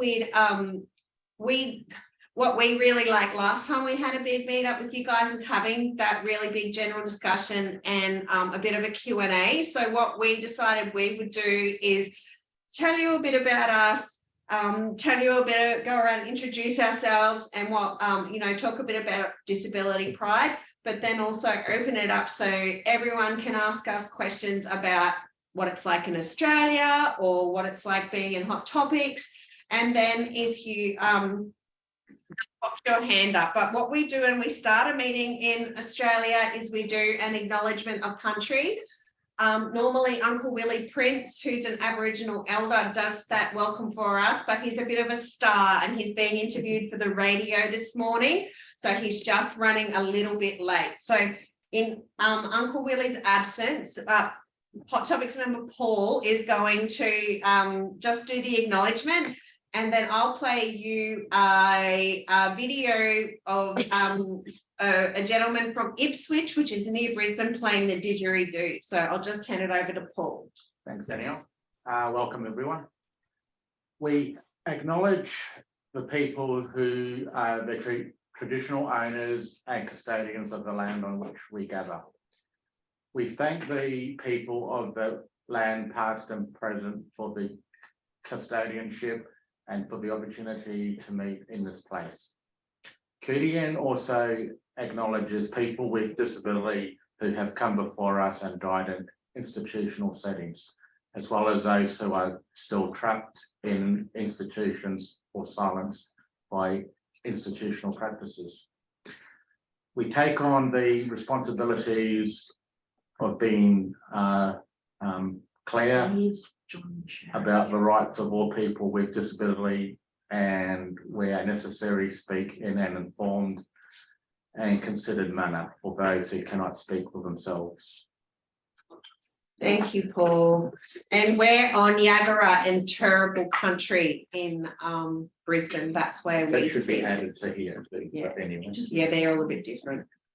We're just going to share the video. So can I do that? Yep, sorry everyone. From here. And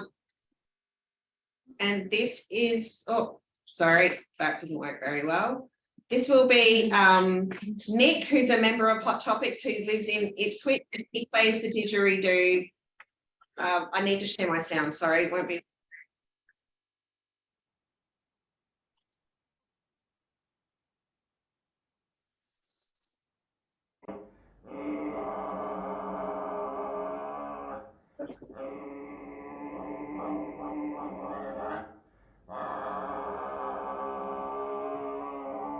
We can hear it, but we can't see it.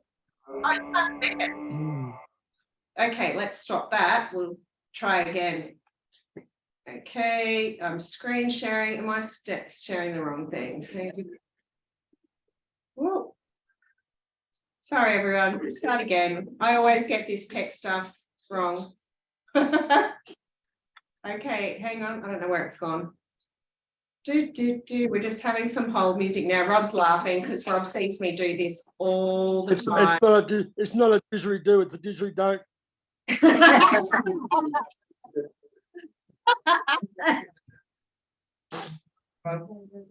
Okay, I'm just going to get that up.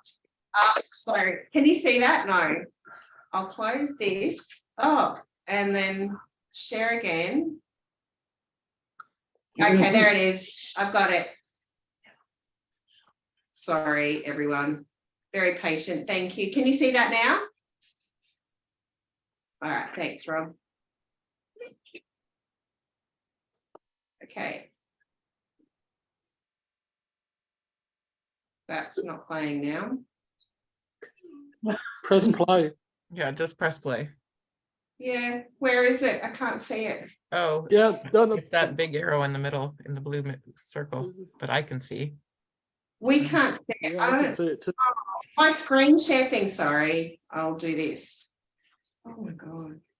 Down the bottom with that black part, Danielle. Yeah, I'm just trying to find it, see how I can see it. Yep, Yeah. that's it.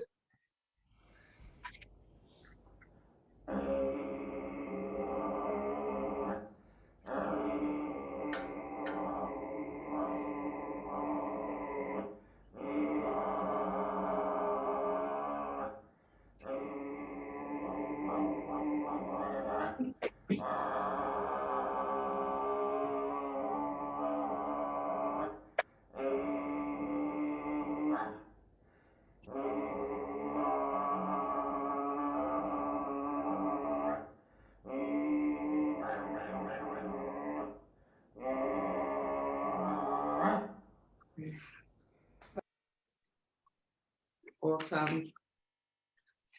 Thank you. And now, Rob, should I hand over to you and you can tell everybody about Hot Topics and what Hot Topics is, and maybe a bit about QDN. Hi, my name's Robert and I'm from the sunny Gold Coast, which is about an hour away from Brisbane. So I live on a beach side. So I've got a group called Hot Topics, which meets the first Friday in every month. And we come together to talk about what matters to us. So through the elections, or we might talk about what's happening in the community, or we might talk about housing, or we might talk about what really matters to us. So we might have the local member of our council come and talk about what's happening in the council and what they're going to do for us in the community with the people with disabilities. Or we might have the nutritionists come in and talk about nutrition with people with disability and what good foods to eat. And so there's some bad foods out there to eat with lots of sugar. Or we might talk about, there's a heap of topics, banking, voting, and how people get around in the community. And we also feedback to QDN to tell the government what is working and what's not working and what's people with disabilities are really concerned about and what's happening, and especially with the COVID we've just had with COVID, and where were we getting our COVID tests, and what do we do if we do come to be positive? And I always thought I was always positive. I didn't want to be really negative. But hey, that's the thing, eh? But yeah, it's a beautiful day on the Gold Coast today. It's a bit windy. What else can I say? I hand it back to you, Danielle. What's happening tonight, Rob? We have our Hot Topics Christmas party. So I've been getting ready to wrapping all the presents, and because we're having Secret Santas. And it's just a nice time just to get together and have a meal together, and just before the festive season.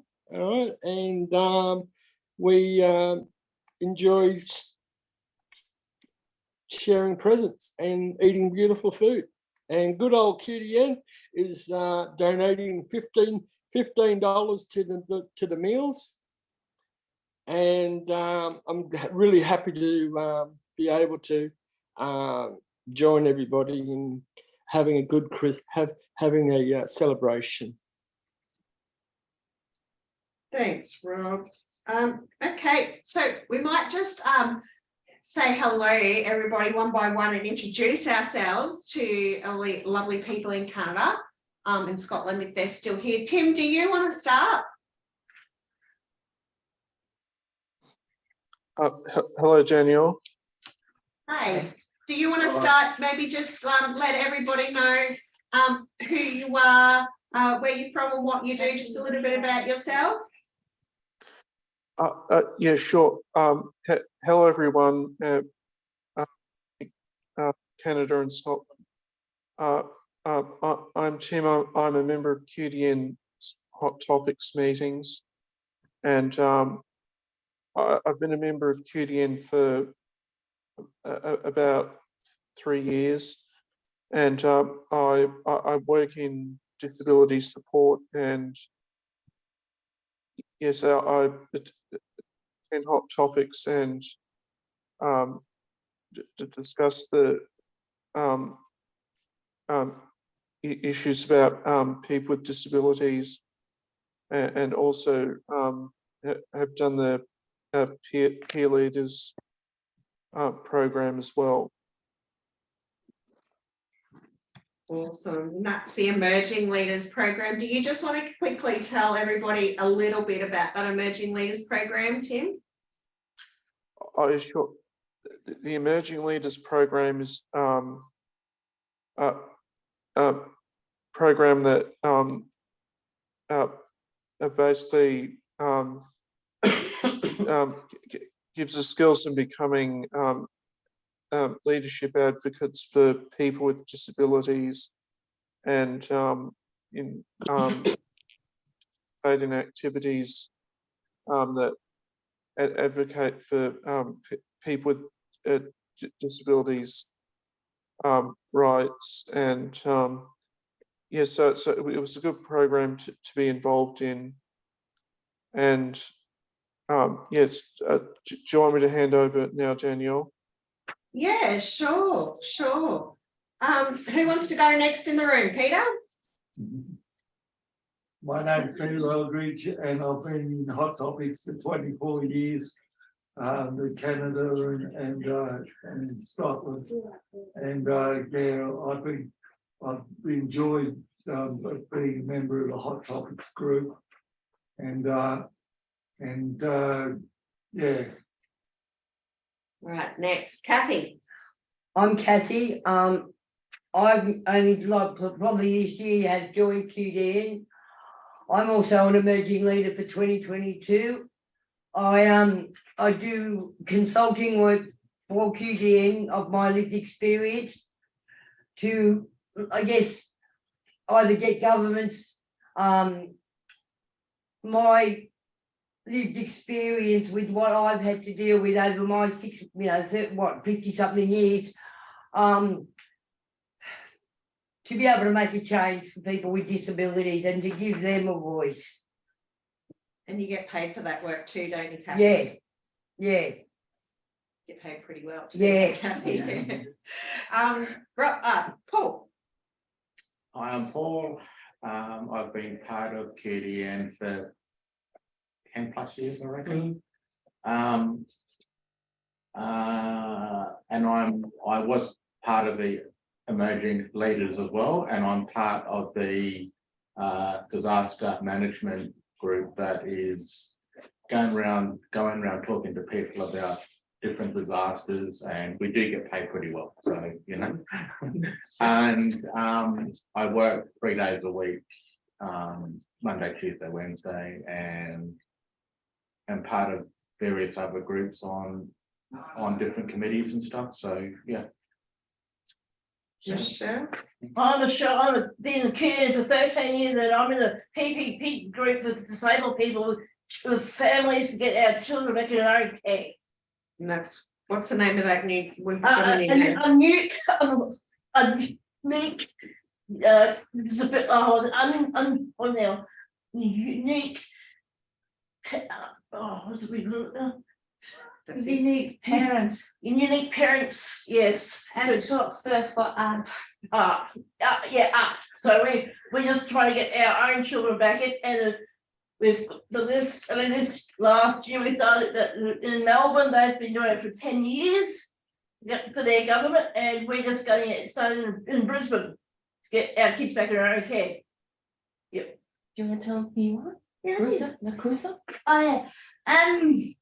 Hello everyone. I'm Carissa. I have a disability. I'm also Forgotten Australian. That's for people who stood to care in Australia before 1990.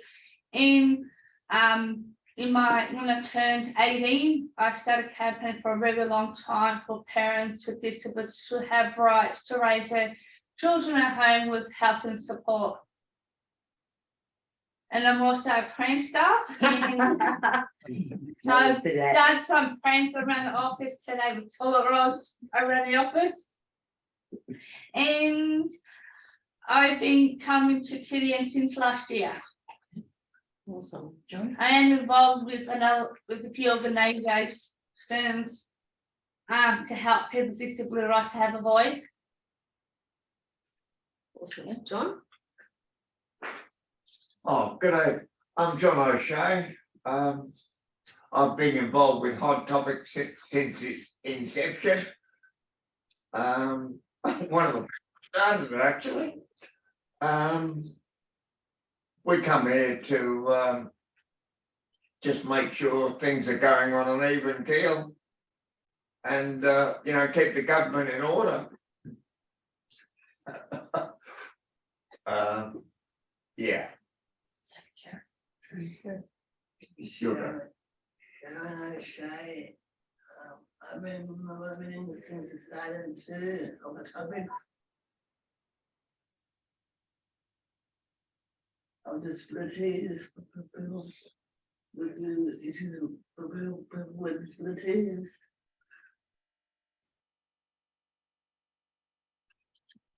Hi, I'm Donna. I'm the convener of the Brisbane Hot Topics. What have we done in 24 years? You name it, we've done it. Housing. What have you done? Police.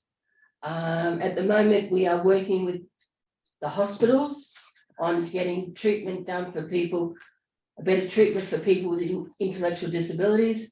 We have worked with the group in Melbourne, Saru, that are doing some wonderful work for people with disabilities. I work alongside with Rob Ellis on the DIR with Paul. You name it, we've done it lately. And I would like just to say that it's been a privilege to work with Canada for the last couple of years. Thank you very much from the bottom of our hearts. And we look forward to our Zoom meetings with Vicky's group every month.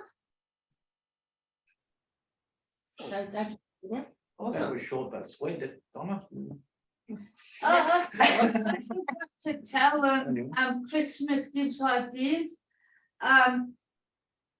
Last couple of years, I've been giving people toilet paper rolls as Christmas gifts. Yeah. Because it's in a luxury item was now. That's pretty funny, actually. Yeah. Okay. So does anyone have any questions to ask the Hot Topics crew?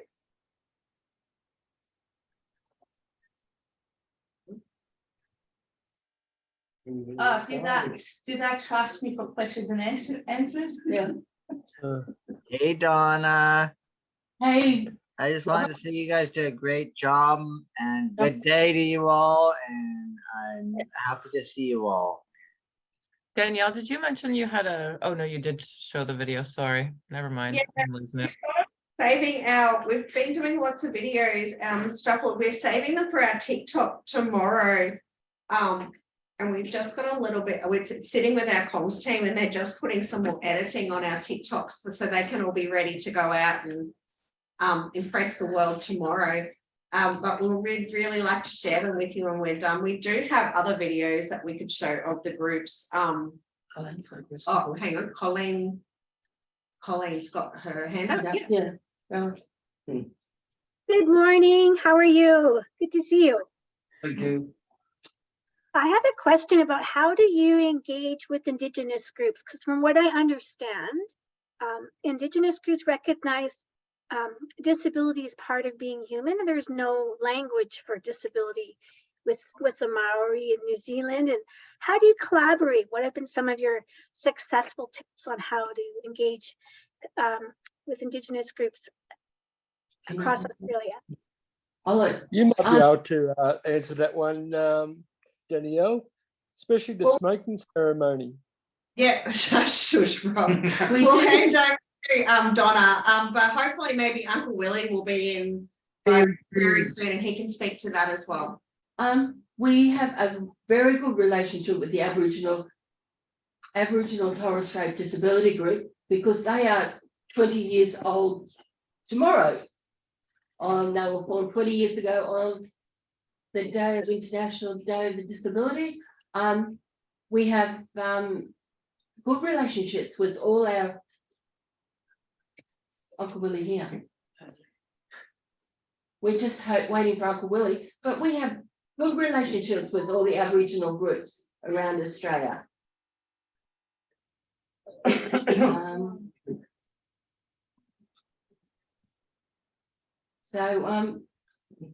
Uncle Willie is the one that always, if we have a meeting, it's always here, and he does our welcome to country and everything.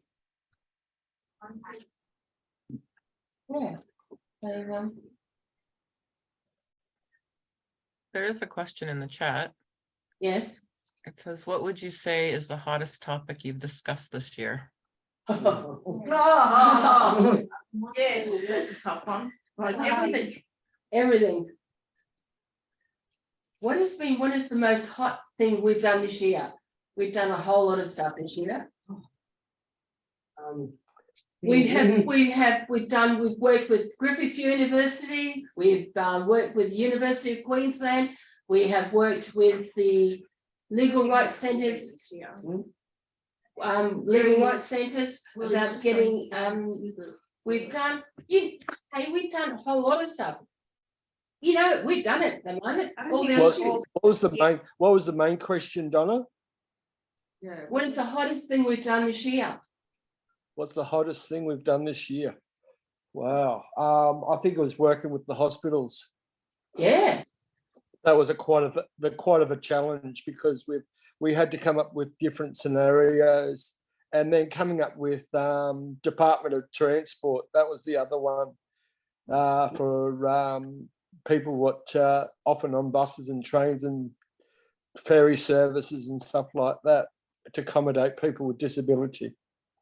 Also, we've done, is it Ryan's and Ryan's Rule, where we had a big consulting firm from Brisbane, and we tore it to strips and told them to come. When they came back with a different policy, we'd look at it again. So that's been one of our biggest hot topics this year. That's a lot of help around easy English. Easy English. Making sure people understand their rights in hospital. Actually, and then with our NDIS, there's a big thing. We're having people getting knocked back. Now we're going to go up through and get more information to our government to give us more money. We're ongoing with that. We've got all the issues that people are getting missed out. Their money get taken off them. So we're trying to get back on to give us proper things that we actually need, not what we don't need, and stop us getting the mean testing of just to prove ourselves that we've got a disability to get equipment. And also we've done, what is the other thing we've done? The Royal Commission. The Royal Commission. Yeah, we've done the Royal Commission into violence against people with disabilities. And I think some of the members here have got stuff coming up with them at the moment. So what else have we done? You guys? Cancelling. Yeah. I'd love to note, Danielle, just say what type of setup for people with disabilities. Okay. All right, Yvonne, sorry, Robert, can I also ask you if you can highlight, I've just realized we've got another QDN member. They're not part of the Hot Topics creative team, but they're one of our emerging leaders. It's Clarice. I see that she's putting some great stuff in the chat. So I don't know if Clarice, if you wanted to jump on. I can highlight her, except her video is off. Her video Okay, no dramas. If she wants to, she can, but I just thought I'd let everyone know that we've got another member too. Yvonne's got her hand up. Yeah, okay. Yvonne? Hello, Australia. Hello. My question to you today, since you do so much work over there, what are your plans for 2023? We've got new laws coming in and no one knows what they are. Where do you start? We've, I'm not quite sure. I'm not quite sure, but we've got a person on Zoom at the moment, which she's actually a coordinator. What actually goes to an association, what actually provides services to for Pride and mostly people with the LGBTQ plus organization, which we're finding a lot of that. What would you say is very, very hard to for services for those people. I'm actually doing at the moment with a women's group called Wild Women's Rights. Actually, I'm just doing about sexual violence and about women's rights. At the moment, the DVD will be getting put out, and it's been going to get published this time in December. Yeah. Can I just say that in February next year, we will have our planning day. We have also written to the police commissioner to come and talk to the group about domestic violence. We have people trying to come that want to come to us all the time. And here's Uncle Willie now. Oh no. Maybe down the front here. And I'll just.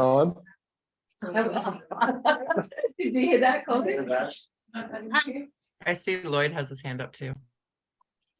Yeah, you guys in Australia, it's good to see you. And what do you do for fun? That's what I'd like to know. What do you do for fun for your group? When you're not fighting the government, what are you doing for fun? Yeah, for fun to nothing. No else is not happening. Rob, do you want to answer that? We do a lot because my group we have 2 meetings and then we have a social. So we might go bowling, or we might go to the movies, or we might go to the local RSL club, which or we might go to and we do a lot of different things just to break it up and have some fun as well. So we might even go and play golf or putt. That sounds good. So good luck to you. It was great to see everyone there. Yeah. Okay. Uncle, tell who you are, please. Hi guys, how are you? I'm Willie Prince from, I live here in West End in Brisbane. How are you guys? They want to know about the Indigenous people. So there was a question before just around Aboriginal and Torres Strait Islanders and how. You have consent about the LB. So how disability orgs work with Aboriginal and Torres Strait Islanders around disability. Because their understanding of like the Maori people that they don't really identify disability, they just think it's part of who they are.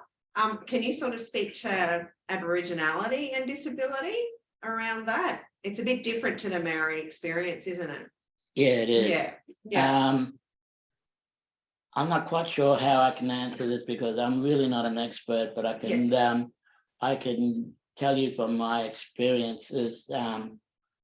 I'm one of the founding members of an organisation called the Aboriginal and Torres Strait Islander Disability Network of Queensland.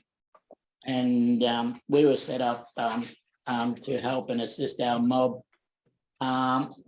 Basically, similar to what QDN is doing, Queenslanders with a Disability Network, where they assist people to speak and help them, you know,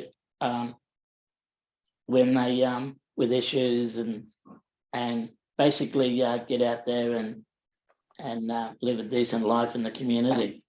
But we also help break down the cultural barriers that exist between Aboriginal and Torres Strait Islander people with disabilities and mainstream Australian people. Yeah. Hello? It's frozen. Is it? No, No, it's not Melinda has frozen. the hand. Yeah. Melinda has her hand up. Melinda, you got your hand up there? Yeah, I think it's great you have Aboriginal groups, Torrance on. That I have done one of your Queensland's emergency evacuation courses as well. I think it's great. I have go to a couple of Our Voice South Australia. They do similar things and focus groups as well. But I also go to SASA and they do groups like you guys. We have a lovely relationship with Our Voice in South Australia. We have a really good relationship with the Tasmanian group Speak Out. We have a good relationship with Valid, which is a legal rights centre for people with disabilities in Victoria. Saru, which is Self Advocacy Resource Unit. We're always working with them. We work a lot with CID, which is the Council on Intellectual Disability in New South Wales, and Self Advocacy New South Wales. We work a lot with. IAT in Cairns we work with. Now that's Townsville.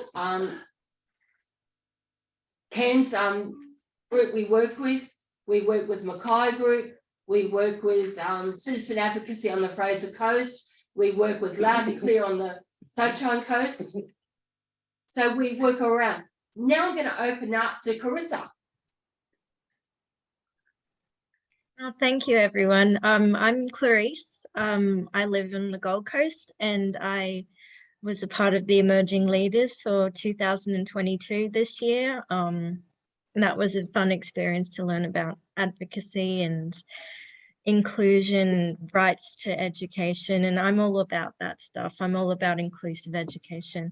I've just been behind the scenes here listening in and trying to type information that can be useful to everyone in Canada and beyond.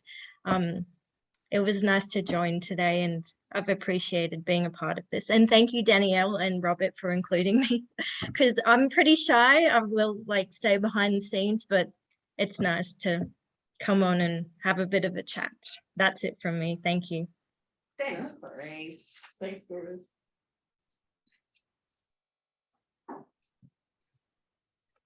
That's right. Behind makes the front. Any other questions for Hot Topics? You're talking about fun. I think most of us from Hot Topics in Brisbane go out for dinner once a month, or go to the theatre, or go to the movies. Yeah. Or We're not doing other things. when we're not doing other community work. I think they had lots of fun making TikToks last time I saw them, which we were very excited about too. Yeah. The song is amazing. Mhm. Absolutely amazing. Vicky's got her hand up. Yes, Vicky. Yeah, go ahead, Vicky. Oh, I am unmuted, sorry. So you're talking about having your Christmas party, and whenever we meet with NVA and you guys, you always talk about, you always ask us about our food, what we're gonna have for Christmas or for Thanksgiving. So what are you guys having at your party? What kind of Christmas food are you having? Oh. Rob, that's in your favour what we're doing? Yeah, Rob, you will I think it's like I mentioned, there was $15 to TDN's putting $15 towards our meals. So there'll be lots of things on the menu. pizzas are always the big go-to in our group. Besides that, it's the chicken parmigiana and the bit of kangaroo, or a bit of steak or something like that. Usually it's usually go. But hey, we got a lot You of eat things what the kangaroo? be on the menu. Really? Some people. So cute. Yeah. Vicky, to It's answer more. It's not really kangaroo. It's more wallaby. yeah, I think for our Brisbane group, we're going out for lunch On the 16th. on the 16th, and we're having a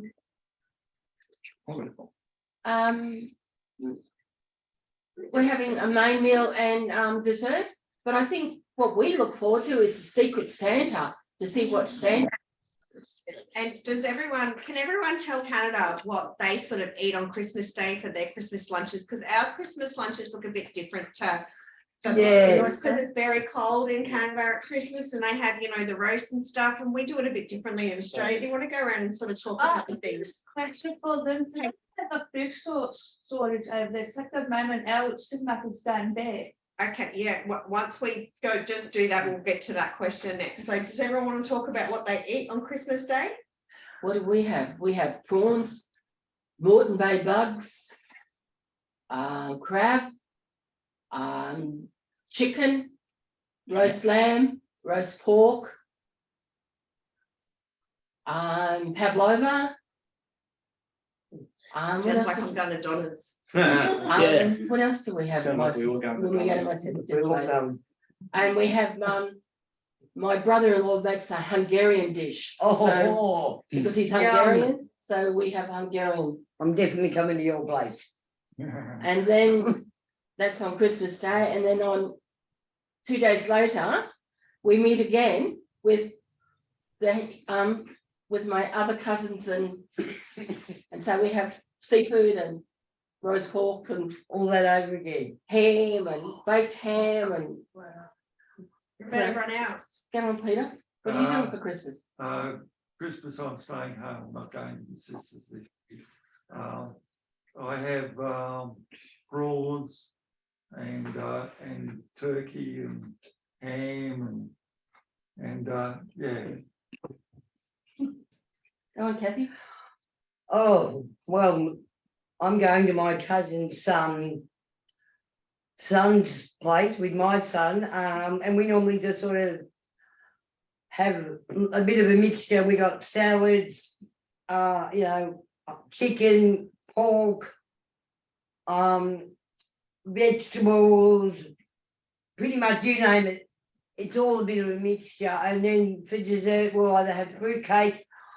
Some of us will have pavlova, some of us will have ice cream and jelly, some of us will have a mixture of all of it. So yeah.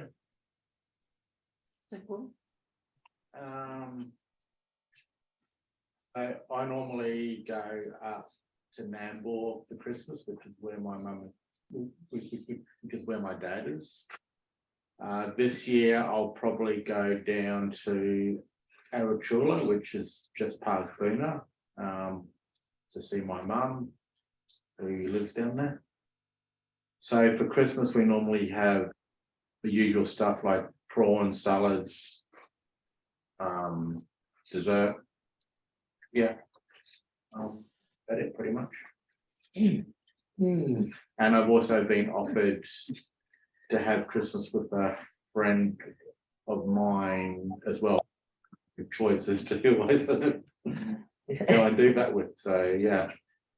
Anyway, is that me? Clarissa, we'll go. Well, this year is going to be exciting Christmas from me because I've got relatives coming from overseas, from Canada and Greece, because I've never met them because I was raised in the foster care system, and I'm looking forward to meeting them. My relatives from Canada, they live in a town called Montreal. Montreal? Yeah, Montreal. That's where they live.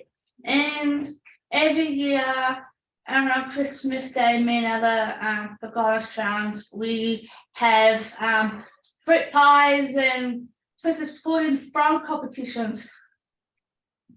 That's a good question. Throwing competitions, I just realised it's there.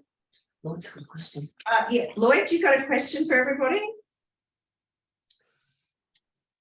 Yeah, I'm gonna let you know I'm from East Coast of Canada. I'm from Newfoundland, the farthest East Coast you could go in Canada. And Christmas time we used to go from house to house and visit everyone and play music. So that's what we used to do Christmas time. So I used to like that, going from house to house. So thank you very much.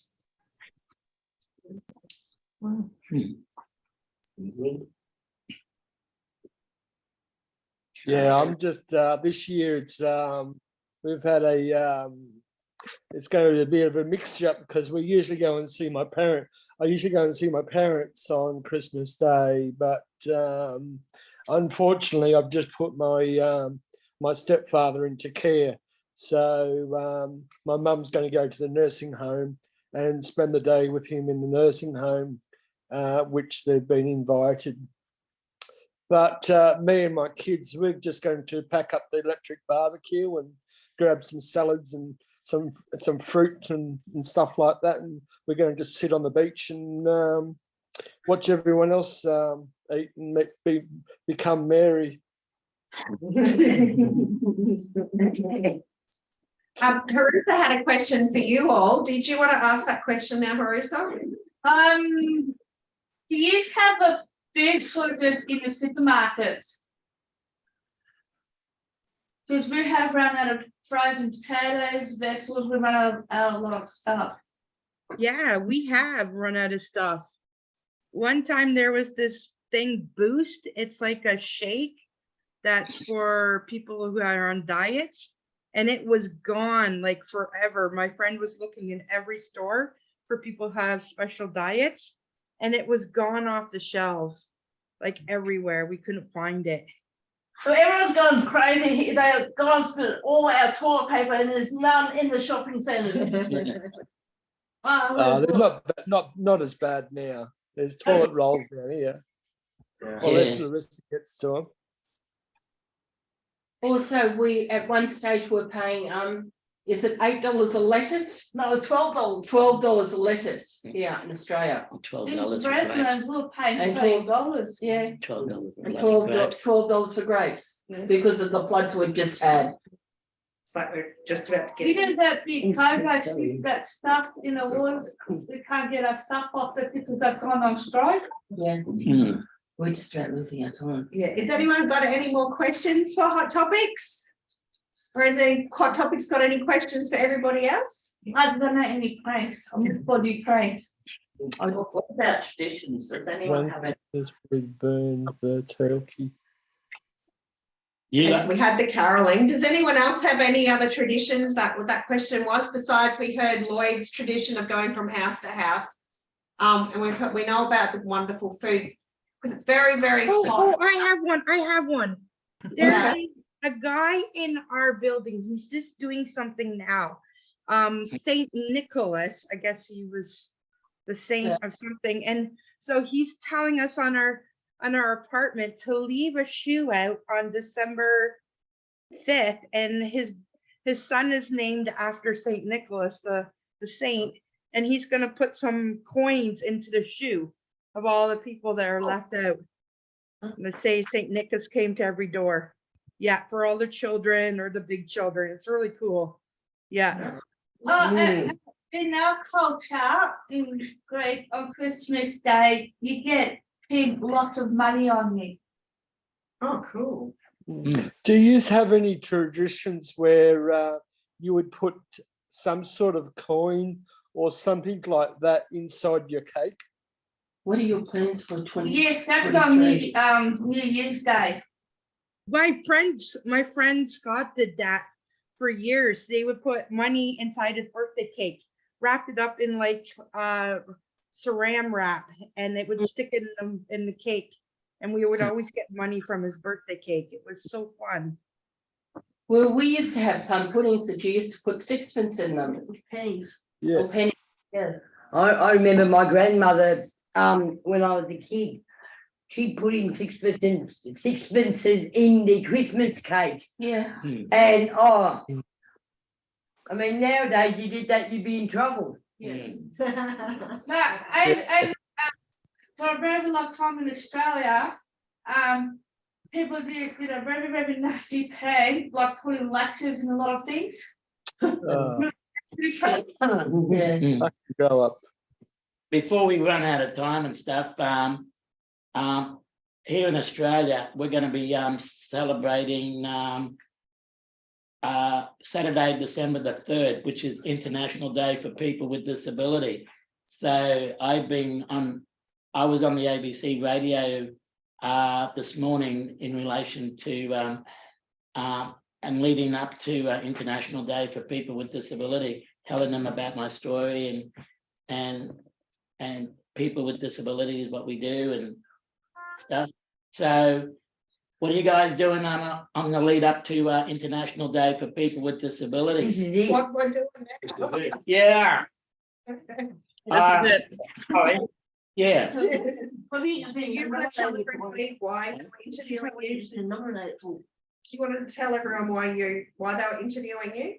Yeah, the ABC was interviewing me because I was one of 4 people that were nominated to be ambassadors for International Day for People with Disabilities here in Australia. Awesome. So we go out and talk about issues of the day and about ourselves and help to promote International Day for People with Disabilities here in Australia. Yeah.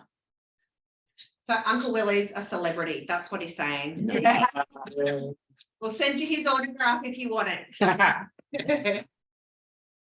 Send a check for him. Oh, yes, please. Make that to Catherine. It's got to be $1 million. Hey? Make it out to Kathy. Does anyone else have any questions on that topic? Oh, in your shoe. Lloyd's got his hand up again. Yes, Lloyd. So what we've been doing in Canada and Calgary is try to get the federal government passed the bill 323. C22. What? C22. C22. We try to get the government passed the bill so we could get some more money for people with disability from the federal government. So I've been doing a lot of letter writing. A couple of days ago at the Helix, we done the postcards sent to our members of Parliament in Canada. So we've been doing a lot of work here in Calgary, Disability Action now. So, we've been busy. We're not lying down. We keep them busy all the time. So thank you. What are your plans for next year? What are our plans? We know it. We're going to be meeting twice a week the way we're doing here. No, we could meet every Friday for the next 12 months. Yes. And know each other. Yeah, we make our plans in February, don't we? Yes. Can we meet you once a month or something? That'd be fun. We can meet you. We're still connected. They're staying connected. Yeah, we're still going to stay with you guys. Yeah. Yeah. Looking forward to it. Halifax applies to Canada Commission. Yeah. Or they come Maurice was over just here. saying we should ask our Premier of the state to buy us all a plane ticket so we can all come over to Canada. We'd really love that. We And could, the easy Oh, way- you have to dress warm if you come in winter, or we we. could plane. Well, Yeah, I don't think we have enough clothes in our wardrobes. That's our fund development person to look into funding. and grant. Oh, the cakes are that's a suitcase full of clothes. I hope they fit me. No, our dreams are to meet with you as long as we can keep meeting with you guys from Canada. Because we look forward to so much meeting with you guys. We learn so much from you, and I think you learn so much from us. Oh, yeah, just like Brett would say. Number of, Uncle, go on, Rob, you had something to can say? can I ask something?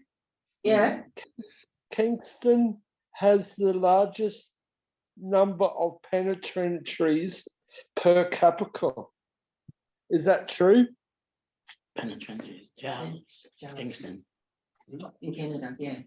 Kingston, Ontario? Yeah. What type of trees? Jails. I don't know. Yeah. What kind of trees are they, Robert? I thought he No. said penitentiaries. Oh, penitentiaries. Well, they have Yes, Yeah. that's true. We got some bad people in there. Yeah, that is true. That's pretty good. What was the other one? You had another one you were telling us about. Was it the real limestone city, which it's limestone in Canadian. It's what was the other question I wanted to say was what was the capital You of gotta do research.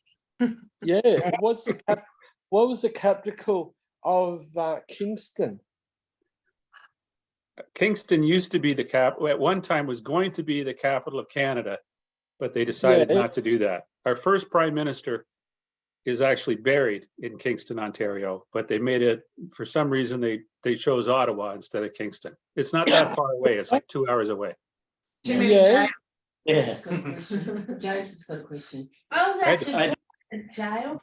James? James. Yep.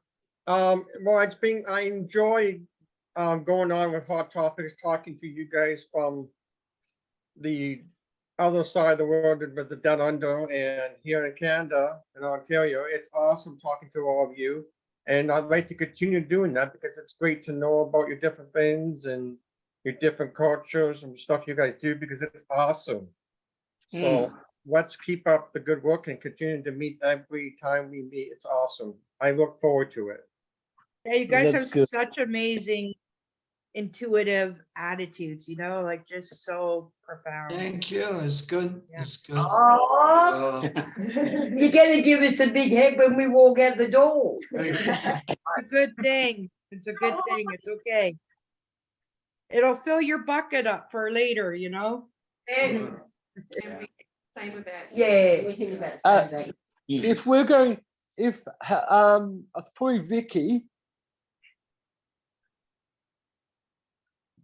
Yes. if we're going to send something to you, do you actually meet in one place or only online? Oh, I see. Well, the Staying Connected Network just meets online.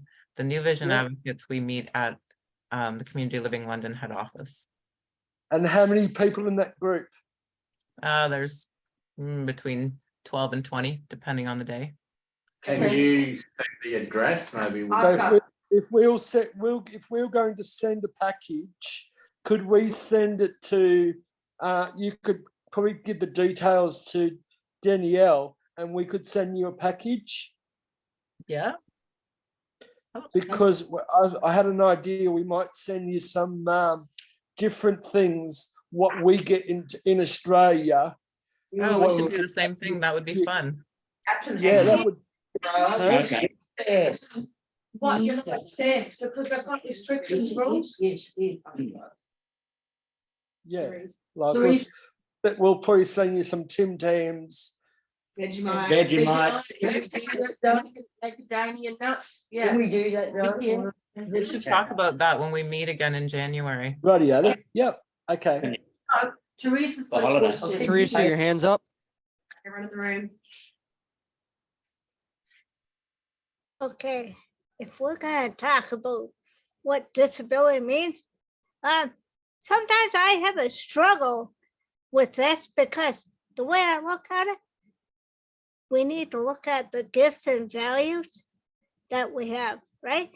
I don't believe that, I know we're quote labeled, which I think we need to get rid of it, but at the same time, sure, we need to have the government stop looking at the disability part, because we all have a different gifts and values, and we're smarter in our ways. Like I seen back in the chat earlier today, that we all work at our own speed in different ways, right?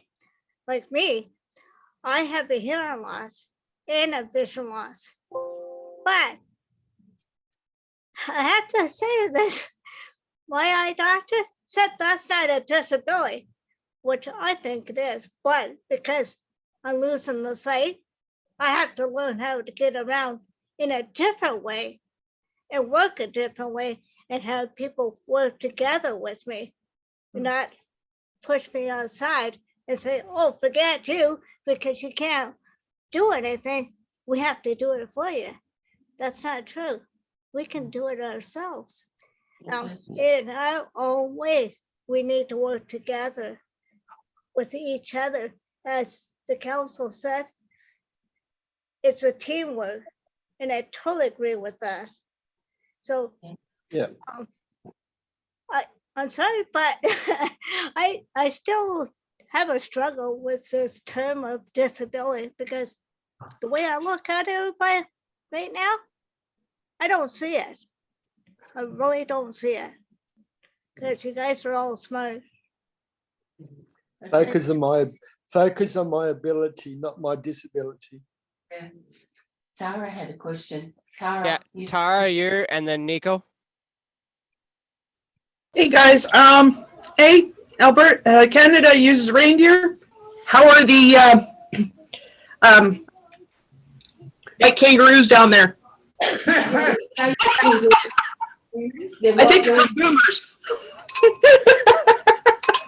Like white Christmas. And Six donkeys. white boomers. And donkeys. And donkeys. Oh, and actually I get a lot of koalas. Yeah. I have a lot of koalas.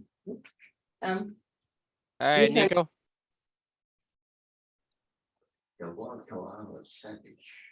Gonna kill the mute button in a minute. But I just wanted to touch on the fact that what Teresa was saying is that, like she said, we're all gifted differently. We all have different abilities. But in terms of the whole, sorry, the whole disability pride theme, I just want to touch on the fact that no matter what your background or what you choose to be, that is your choice. And people need to not be judgmental of that. We need to respect one another of our different backgrounds and what we choose to be, because it is our choice ultimately. And we always must take pride in who we are as a person, no matter what. Yes, we struggle, we have issues, we work through them, and we become the better person. And even if you're in a conflict with someone that doesn't agree with what you are, that's fine. That's their opinion, but it's how you feel as a person and as an individual, that you are who you are, no matter what. Take pride in that. Okay, Vicky, whenever you're ready. Okay. I'm ready. Sorry. So I just wanted to thank everyone for coming tonight on behalf of the members of the Staying Connected Network.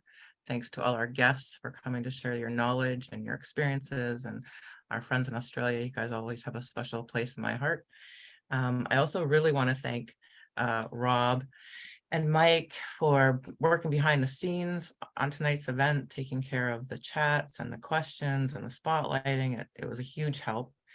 Brianne and Amber and James and Alex Jack and Brian and Tom and Judy and Suzanne and Colleen and Michelle all worked together behind the scenes to pull this event together, along with all the members of Staying Connected, but that kind of group really met outside and did a lot of stuff. And it's great seeing everybody, and Staying Connected is going strong. And if anybody ever wants to, become a member, we're always open to new members. And yeah, so thanks everybody. Yes, well done by everybody. And I'm sorry I didn't get to watch the first bit of the presentation today, but well done by everybody.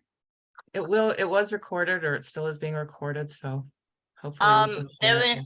Also, if you go onto the Facebook Staying Connected page, the live stream will be on the Staying Connected page as well. So you'll be able to watch it there. Thank you, everyone. That, Bye. so the Facebook mic stays on there, the recording? As long as you let it stay on there, yeah. Oh, okay. So I don't know. Unless I'm gonna you stop delete recording it, this. but yeah.